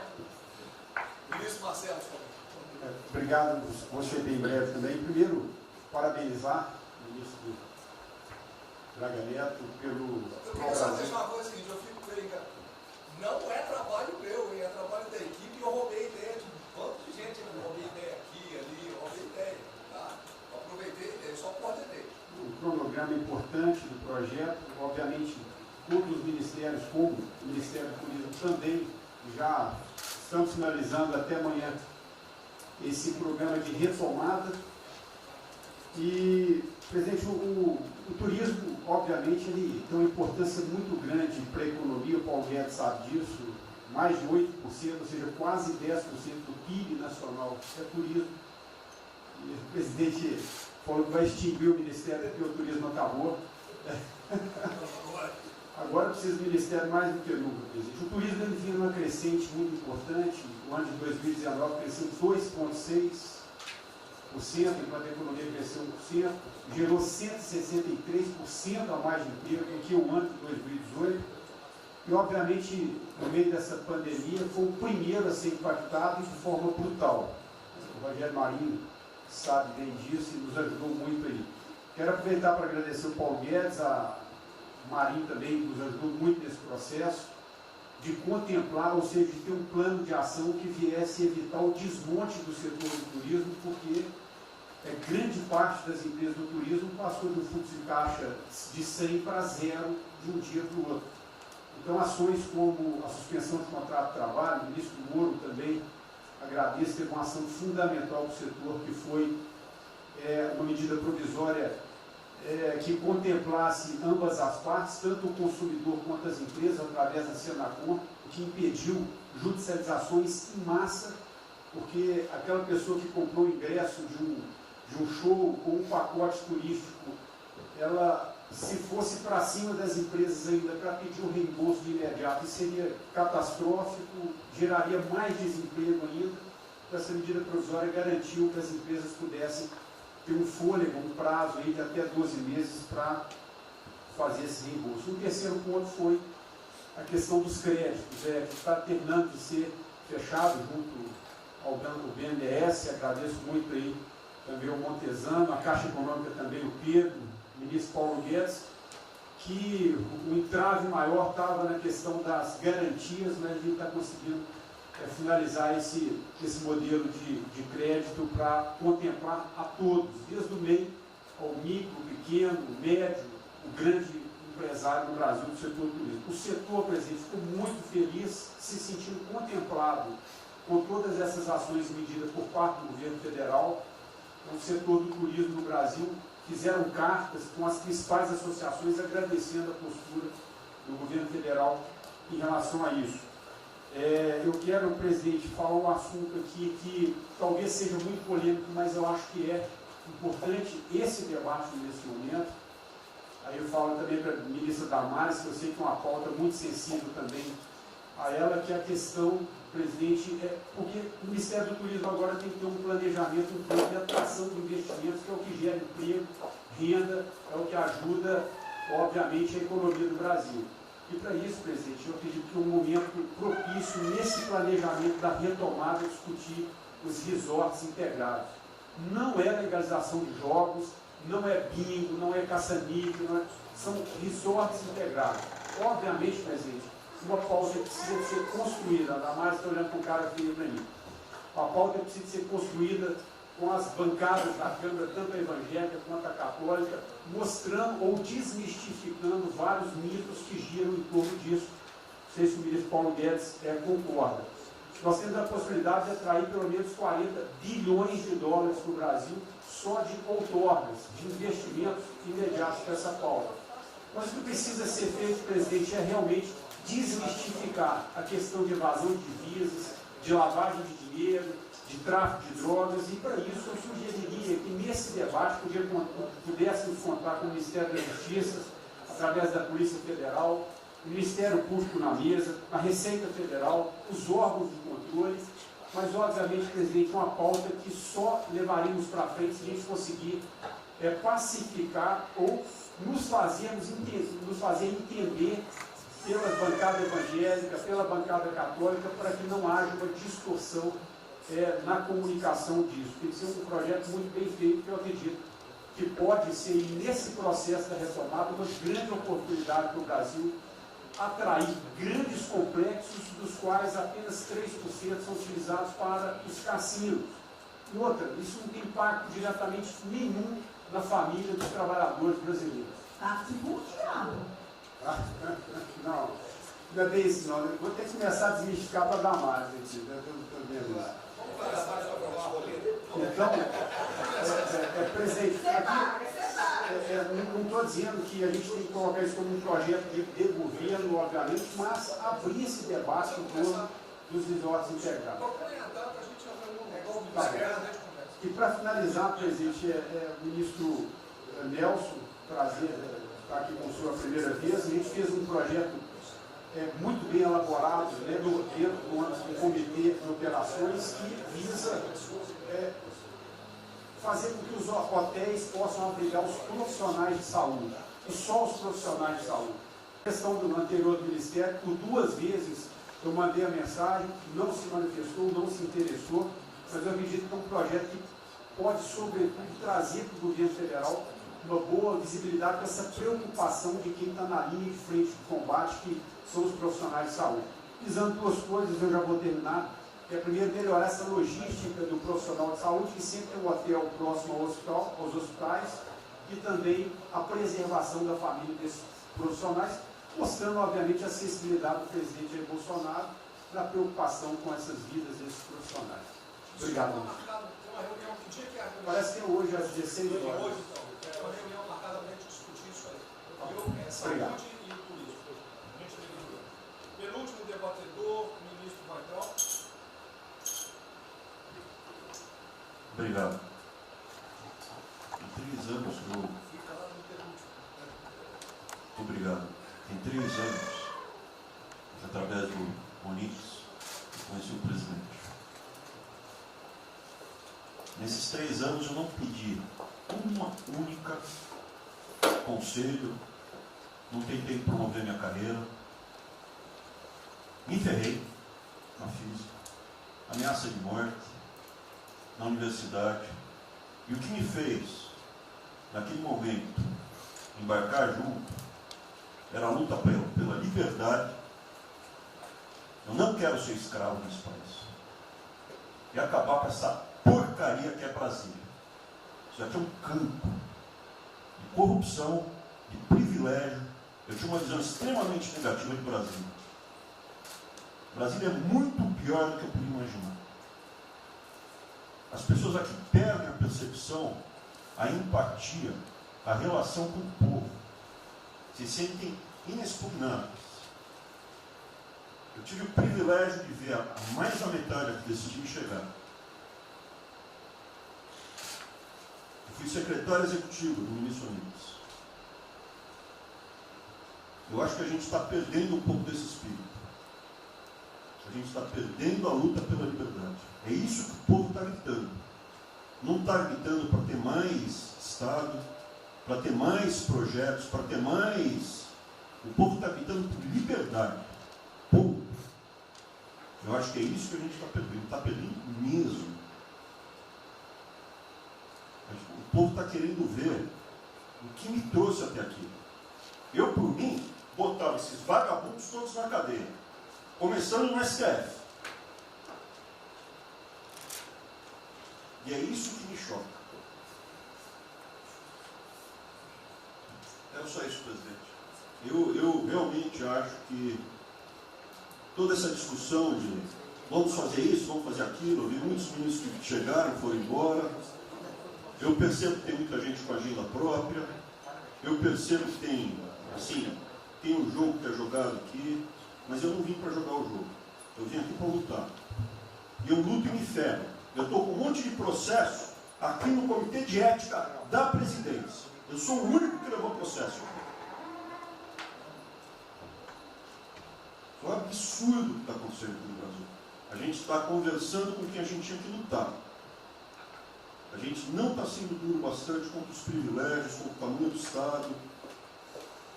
E eu realmente estou aqui de peito aberto, como vocês sabem disso. Levo tiro, odeio o Partido Comunista. Está querendo transformar a gente numa colônia. Esse país não é. Odeio o termo povos indígenas, odeio esse termo, odeio. Povos ciganos, só tem um povo nesse país. Quer, não quer ser de ré. É povo brasileiro, só tem um povo. Pode ser preto, pode ser branco, pode ser japonês, pode ser descendente de índio, mas tem que ser brasileiro, pô. Acabar com esse negócio de povos e privilégios. Só pode ter um povo. Não pode ter ministro que acha que é melhor do que o povo, do que o cidadão. É um absurdo, a gente chegou até aqui. O senhor levou uma facada na barriga. Fez mais do que eu, levou uma facada. Mas eu também estou levando coisa lá e estou correndo risco. E fico escutando esse monte de gente defendendo privilégio, teta. Entendeu? É isso. Negócio, empréstimos. A gente veio aqui para acabar com tudo isso, não para manter essa estrutura. E esse é o meu sentimento extremamente chateado que eu estou vendo. Essa oportunidade se perder. Eu sou, evidentemente, eu estou no grupo dos ministros que está mais ligado com a militância, evidente, porque eu era militante. Eu estava militando de peito aberto, continuo militando, do ponto de vista de carreira. Eu poderia ter tentado me dar bem. Não foi isso que eu fiz. Não foi isso que eu fiz. Sei que isso daqui é um palácio, existem intrigas palacianas, estou sendo muito franco. E a gente pode sim perder a liberdade, perder esse país. Ninguém vai se dar bem se a gente perder esse país. Quem vai se dar bem são pouquíssimas famílias. Pouquíssimas famílias. Não se iludam. Não se iludam. É isso. Deixa eu complementar aqui. O que o Ventralha está falando, eu estou com 65 anos, a gente vai se aproximando do que não deve. Eu já tenho me policiado tocante a isso daí. São pessoas aqui em Brasília, os três poderes, que não sabem o que é povo. Eu converso com alguns, não sabem o que é um feijão com arroz, não sabem o que é um supermercado, esqueceu. Acho que o dinheiro cai do céu. Eu estou com meus privilégios garantidos, meus 100 mil por mês, em média, 100 mil por mês, né? Legalmente. E acho que isso não vai acabar nunca.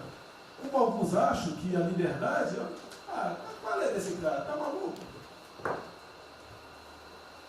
Eu estou vendo mais antigo aqui, o João Heleno aqui. Ele sabe o que foi 64. Muitos aqui não sabem. Essa cambada que tentou chegar no poder de 64, se tiver chegado, ele estava fudido todo mundo aqui. Cortando, ele estava felicíssimo cortando cana, ganhando $20 por mês. Não pode esquecer disso. Nós não podemos esquecer o que é esse povo. Eu vou convidar os ministros para domingo e passar essa semana. Convite, né? Não é missão, não, convite. Para ver como é que está o cara na esquina.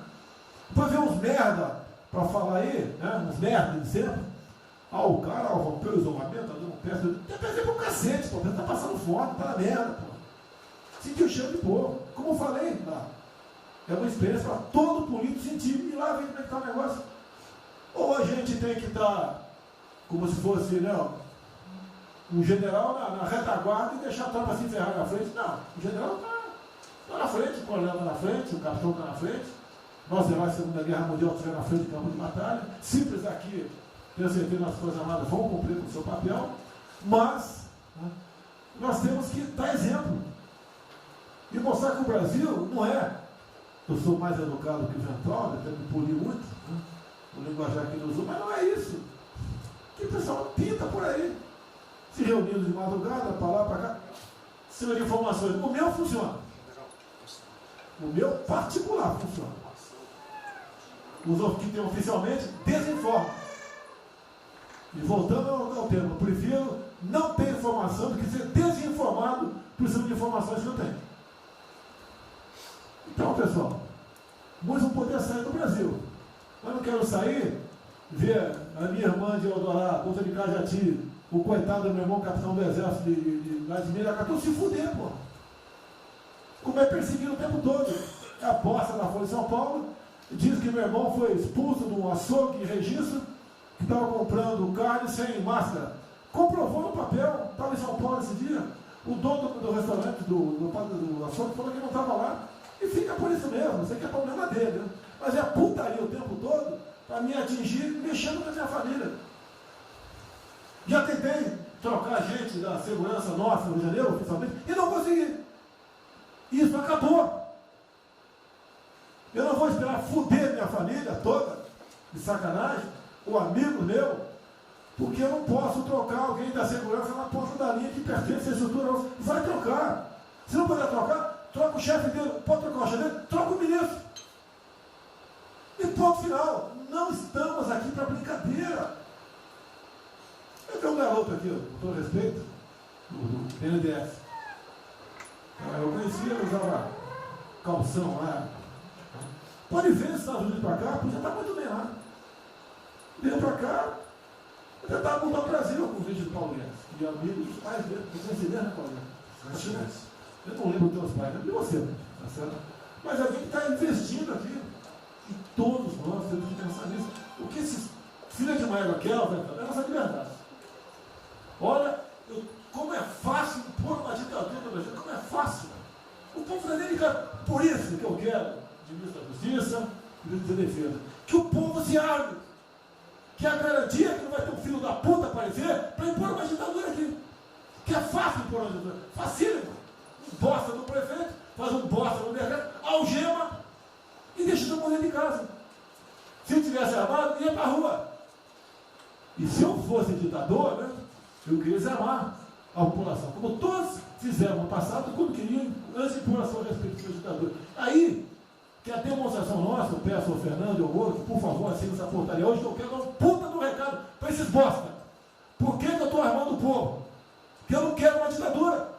E não dá para segurar mais. Não dá para segurar mais. Quem não aceitar as minhas bandeiras, Damares, família, Deus, Brasil, armamento, liberdade de expressão, livre mercado, quem não aceitar isso está no governo errado.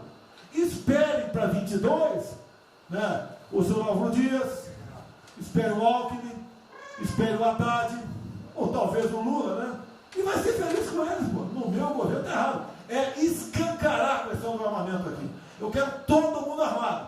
Que o povo armado jamais será escravizado. E que cada um faça, exerça o teu papel, se exponha. Aqui eu já falei. Pede o ministério que for elogiado pela Folha e pelo Globo. Pelo antagonista. Tá? Então tem certos blogs que só tem notícia boa de ministro. Não sei como. O presidente é uma porrada, o ministro é elogiado. A gente vê por aí. O governo está, o ministério dele bem, apesar do presidente. É pra puta que eu pariu, porra. Eu disse, cadê o time, porra? Trocamos o time, espero trocar mais ninguém, espero. Mas nós temos que, na linha do Van Trump, de forma mais educada um pouquinho, tá? preocupar com isso. O que os caras querem é a nossa hemorroida, é a nossa liberdade. Isso é uma verdade. O que esses caras fizeram com o vírus, esse bosta desse governador de São Paulo, esse estúpido do Rio de Janeiro, entre outros, é exatamente isso. Aproveitaram o vírus, está um bosta de um prefeito lá de Manaus agora, abrindo cobras coletivas. Um bosta, que quem não conhece a história dele, procura conhecer, que eu conheci dentro da Câmara do meu lado. E nós sabemos que a ideologia dele e o que ele prega. E que ele sempre foi. O que está aproveitando agora, um clima desse, para levar um terror no Brasil. Então, pessoal, por favor, se preocupe, que é mais importante que a vida de cada um de vocês, que é a sua liberdade. Se não me preso, não vale porra nenhuma. Bom, presidente, esses valores, esses princípios, e o alerta do Mental é válido também, como sua evocação, é que realmente nós estamos todos aqui por esses valores. Estamos aqui por esses valores. Nós não podemos esquecer disso. Nós podemos conversar com todo mundo aqui, porque é o establishment, porque nós precisamos dele para provar coisas, mas nós sabemos que nós somos diferentes. Nós temos noção que nós somos diferentes deles. E quando eles cruzam a linha, a gente solta a mão e sai andando sozinho. Enquanto eles estiverem no trilho conosco, no caminho de fazendo as reformas que nós prometemos, nós estamos juntos. Mas que o cara soltou a mão, passou para o lado de lá, deixa o cara sozinho, a gente continua sozinho e vai procurar outra conversa, em outro lugar. Então, eu acho que manter essa ideia que nos trouxe aqui, e eu tenho dito isso em todo lugar, e lá fora, eu converso, semana passada eu conversei com os ministros da Fazenda de G20, conversei com os ministros também de Economia dos BRICS, e a mensagem que eu levo é sempre a mesma: o Brasil vai surpreender o mundo. Vocês duvidaram da nossa democracia, duvidaram do nosso presidente é democrático e vai fazer as mudanças. E aprovamos a reforma da Previdência ano passado, enquanto os franceses fizeram passeadas com outra reforma da Previdência. Agora, não é uma coisa, por exemplo, nós vamos continuar aprofundando as reformas, nós vamos seguir. Eu conheço todas as histórias de reconstrução por profissão, obrigado a estudar isso, a reconstrução da Alemanha na Segunda Guerra, a Primeira Guerra com o Chávez, a Segunda Guerra com o Ludwig Erhard, a reconstrução da economia do Chile com os caras de Chicago, todos os casos, o caso da fusão das duas Alemanhas, eu conheço profundamente, um detalhe, não é de ouvir falar, de ler 8 livros sobre cada reconstrução dessa. Então, eu li James 3 vezes no original antes de eu chegar a Chicago. E para mim não tem blues, não tem dó, não tem blá blá blá. Tem estudos sobre todas as ocasiões. E nós vemos uma demonstração disso quando nós estávamos indo numa direção norte, com as reformas estruturantes, e de repente, em 3 semanas e meia, nós fomos para o sul. Nós fomos elogiados hoje lá fora, semana passada, todo mundo elogiando, fazendo referência, que o Brasil está à frente de todos os emergentes, e Paris passou ali, só está atrás um pouquinho dos Estados Unidos. Os Estados Unidos está naquele caso, que é o cara que tem a moeda forte, emitiu $1 trilhão para cada problema que ele tem, e ninguém reclama. Fizemos vários programas antes dos alemães, vários programas antes dos ingleses, vários programas, de todo tipo. Então, se não existe algo aqui, é dogma. Existe capacidade de trabalho de um grupo extraordinário que tem. Então, nós atacamos em todas as direções. Primeiro, o campus foi lá e reduziu os compulsórios em 200 milhões. Logo depois, nós não tínhamos espaço constitucional, fizemos antecipações de benefícios e diferimento de impostos, porque não tinha espaço constitucional. Logo depois, tivemos espaço pelo Supremo e pelo Congresso. Entramos nas constitucionais, gastamos 300 e poucos bilhões, que não é muito. Tem uma ideia, o último déficit do governo Temer foi 160. Nós gastamos 300. Não gastamos tanto assim, mas atingimos 50 milhões de brasileiros, como diz lá o Pedro. 70 milhões de brasileiros. Lançando essa camada para os mais frágeis. Pegamos os idosos, pegamos as empresas, microcrédito, depois de 0 a 360 mil, depois de 360 a 10 milhões. Montamos um comitê de bancos, estamos lá com o Montezano agora fazendo justamente a reestruturação. Não vai ter molezinha para a empresa aérea, para nada disso. É dinheiro que nós vamos botar usando a melhor tecnologia financeira lá de fora. Nós vamos botar dinheiro, vai dar certo, nós vamos ganhar dinheiro. Nós vamos ganhar dinheiro usando recursos públicos para salvar grandes companhias. Agora nós vamos perder dinheiro salvando empresas pequenininhas. Então nós estamos fazendo tudo by the book direitinho. Na conversa com os ministros da Fazenda lá de fora, eu disse que nós estamos com um déficit extraordinariamente alto esse ano, da mesma forma que eles, está todo mundo na mesma direção, só que nós caímos no chão, está uma confusão, tiro, porrada e bomba, mas nós não perdemos a busca. A gente cai, levanta e sabe para onde nós temos que ir. Nós não vamos perder a busca. Nós sabemos dos valores, sabemos dos princípios, sabemos o que nós estamos defendendo. Estamos defendendo liberdade, liberdade econômica, liberdade política. Nós sabemos o que nós estamos defendendo. E estamos agora, no meio dessa confusão, derrubando a última torre do inimigo. Uma coisa é que nós vamos fazer a reconstrução e a nossa transformação econômica. A outra coisa são as torres do inimigo que a gente tinha que derrubar. Uma era excesso de gasto com a Previdência, derrubamos assim quebrando. A segunda torre era os juros estão descendo, vão descer mais ainda. O Campos tem o mapa já, estamos descendo. Então, para ter uma ideia, o ano passado, para esse ano, 120 bilhões a menos de juros. Um plano Marshall por ano, né? 100 mil de juros a menos. Então nós sabemos, e é nessa confusão toda que todo mundo está achando que estão distraídos, abraçaram a gente, enrolaram com a gente, nós já botamos a granada no bolso do inimigo. 2 anos sem aumento de salário. Era a terceira coisa que nós tínhamos que derrubar. Nós vamos derrubar agora também. Isso vai nos dar tranquilidade de ir até o final. Não tem jeito de fazer um impeachment se a gente tiver com as contas arrumadas, que o dia acabou, não tem jeito, não tem jeito. E o presidente está no ponto futuro. Porque o presidente falou o seguinte, tudo bem, tem a primeira onda que é a da saúde, mas tem a segunda que é da economia. E uma vem agarrada com a outra. Nós estamos ainda tentando sair da primeira, a segunda já está querendo bater. Eu ainda acho que nós estamos preservando os sinais vitais da economia brasileira. Ela, para mim, ainda é um urso hibernando. Baixa sua energia para zero, consumo de energia para quase zero, só respira. Mas quando você sai da luta, você sai para comer o primeiro bicho não passar, você tem força. Nós não podemos deixar isso graças à supersafra da nossa Tereza, à logística do Tarcísio, a comida está chegando, as exportações estão seguindo, a China é aquele cara que você sabe que você tem que aguentar, porque vocês terem uma ideia, para cada $1 que a gente exporta 3 para a China. Você sabe que ele é diferente de você, você sabe que geopoliticamente você está do lado de cá. Agora você sabe o seguinte, não deixa jogar fora aquilo ali não, porque aquilo ali é comida nossa, né? Estamos exportando para aqueles caras. Não vamos vender para eles, é um crítico nosso. Mas vamos vender a nossa soja para eles. Isso a gente pode vender à vontade. Eles vão comer. Eles vão comer. A Índia também vai precisar comer. Vai ser o trading da água. Eles vão dizer que é a melhor trading da água. Um dia alguém comentou comigo, acho que foi o Campos, não foi o Campos? Foi. É o trading da água. Quer dizer, os caras precisam de alimento, não tem água, nós temos muito mais água que eles têm. Então eles vão ter que abrir mão da agricultura para fazer outras coisas e nós vamos poder exportar para eles também. Então nós temos um mapa de voo bom, nós temos uma equipe jovem, preparada, todo mundo trabalhando junto, e nós não vamos perder o rumo, nós não podemos perder o rumo. Então vai ter muita conversa, vamos para cá, vamos para lá, vamos fazer isso, vamos fazer aquilo, não vamos perder o rumo não. Pode dar investimento, bota perucadora, passa batom vermelho, faz uma opção de coisa que for necessária politicamente, mas não vão perder o rumo econômico, não, nós sabemos onde nós estamos.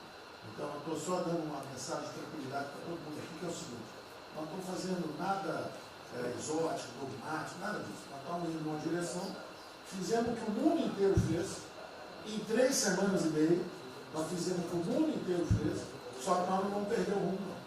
Nós sabemos para onde nós vamos voltar já. Tá certo? E se o mundo for diferente, nós vamos ter capacidade de adaptação. Por exemplo, eu já tenho conversado com o ministro da Defesa, já conversamos algumas vezes, quantos 200 mil, 300 mil, quantos jovens aprendizes nós podemos absorver nos quartéis brasileiros? 1 milhão? 1 milhão a R$200, que é o Bolsa Família, R$300, o cara de manhã faz calistenia, aprende civil, organização social, como é que é o OSPB, organização social, política, né? Faz ginástica, canta o hino, bate continente, de tarde, aprende a ser um cidadão, disciplina, usar usar o tempo construtivamente, voluntário, para fazer estrada, para fazer isso aqui. Sabe quanto custa isso? R$200 por mês, 1 milhão de cada, 200 milhões. Joga 10 meses, 2 bi, isso é nada. Então nós vamos pegar na reconstrução, nós vamos pegar 1 bilhão, 2 bilhões, e contrata 1 milhão de jovens aqui. A Alemanha fez isso na reconstrução. Aí você também quer fazer estrada, precisa de 3, 4 milhões a mais, tem um orçamento de 8, toma aqui seus 4 milhões. Isso não faz falta. Não faz falta. Não é isso o problema. A mesma coisa o nosso problema do jogo, lá nos recursos integrados, não tem problema nenhum, são bilionários, são milionários, executivos do mundo inteiro. O cara vem, fazem convenções, olha, o turismo saiu de 5 milhões de Singapura para 30 milhões por ano. O Brasil recebe 6. Uma pequena cidade recebe 30 milhões de turistas. O sonho do presidente de transformar o Rio de Janeiro em Cancún, lá nos Reis de Cancún, aquilo aí pode virar um raio. Entendeu? A mesma coisa a Espanha. A Espanha recebe 30, 40 milhões de turistas. Isso aqui é uma cidade da Ásia. Macau recebe 26 milhões hoje na China. Só por causa desse negócio. É um centro de negócio. É só maior de idade. O cara entra, deixa a grana lá, que ele ganhou anteontem, ele deixa aquilo lá, bebe, sai feliz da vida. Aquilo ali não atrapalha ninguém. Aquilo não atrapalha ninguém. Deixa cada um se fuder. Damares, deixa cada um. Damares, o presidente fala de liberdade. Deixa cada um se fuder do jeito que quiser. Principalmente se o cara é maior, vacinado e bilionário. Deixa o cara se fuder.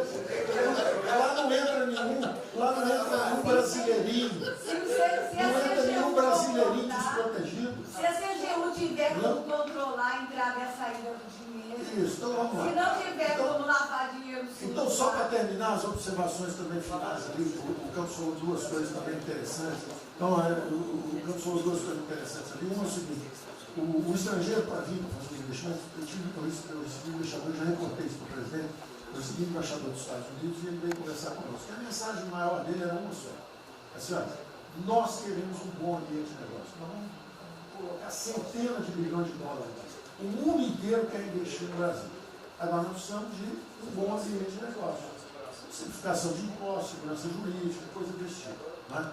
Então, o secretário do Comércio Americano, que é o Wilbur Ross, o cara me disse o seguinte: eu só tenho um conselho para vocês. Vamos aderir ao GPA, é o General Purchasing Agreement, que é o seguinte: é um acordo, nós com a entrada na OECD, nós assinamos esse acordo, e esse acordo diz o seguinte: não pode haver nenhuma compra governamental sem transparência. Acabou.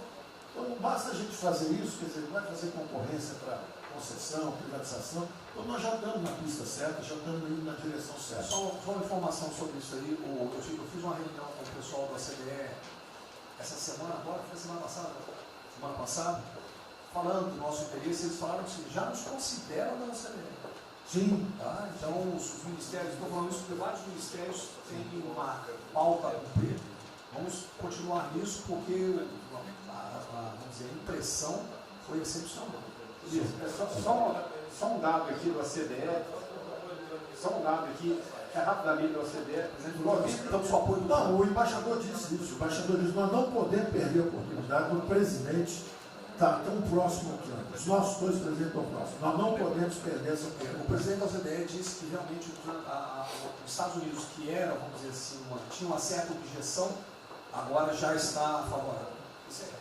Ministro, é só um dado: a OCDE, 90% dos países que hoje integram a OCDE já contam com os resorts integrados. Os outros 10% são muçulmanos. 88% tem um ensino domiciliar. Então a gente vai entrar para a MD hoje lá, tá? Vamos escolher. Obrigada.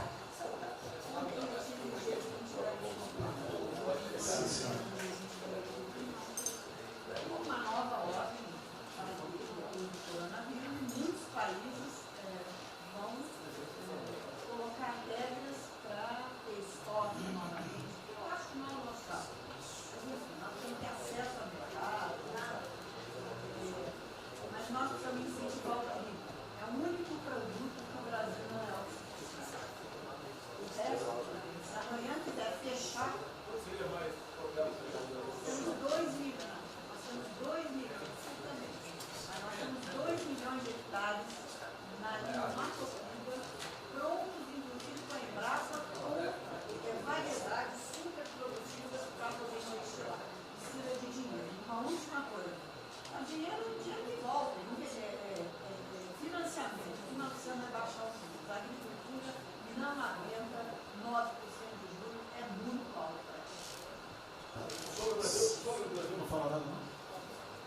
Banco Brasil não está tudo em cobra.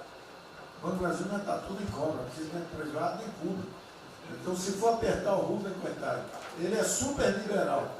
Mas se apertar ele e falar, bota o juro baixo, eu não posso, senão a turma, os privados, meus minoritários, me apertam. Aí você fala assim, bota o juro alto, eu não posso, porque senão o governo me aperta. O Banco Brasil é um caso pronto de privatização. É um caso pronto, e a gente não está dando espaço. O senhor já notou que o BNDES e a Caixa, que são nossos públicos, a gente faz o que a gente quer. O Banco Brasil não consegue fazer nada, ele tem um liberal lá. Então tem que vender essa peça logo.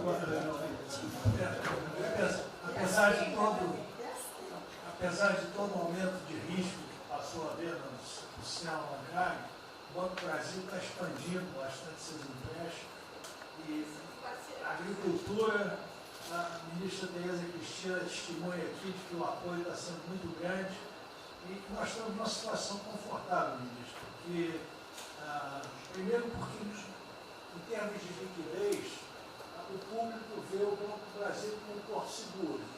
Então, nós não estamos tendo problemas que outros bancos estão tendo, de preocupação com a liquidez do banco, a rigidez do banco.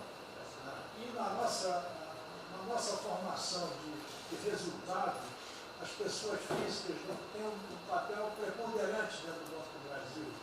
E nós temos a felicidade, nesse momento, de contar com folhas de pagamento de empresas públicas, das Forças Armadas, né?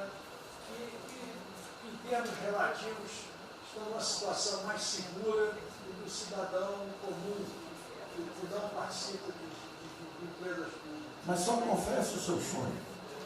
Confesse o sonho. Confesse o seu sonho. Em relação à privatização... Foi 23 a confessa, agora não. Em relação à privatização, eu acho que fica claro que com o BNDES cuidando do desenvolvimento, e com a Caixa cuidando da área social, o Banco do Brasil estaria pronto para um programa de privatização. Né? Mas isso a gente pode fazer. Só se discute, só se fala isso em 23.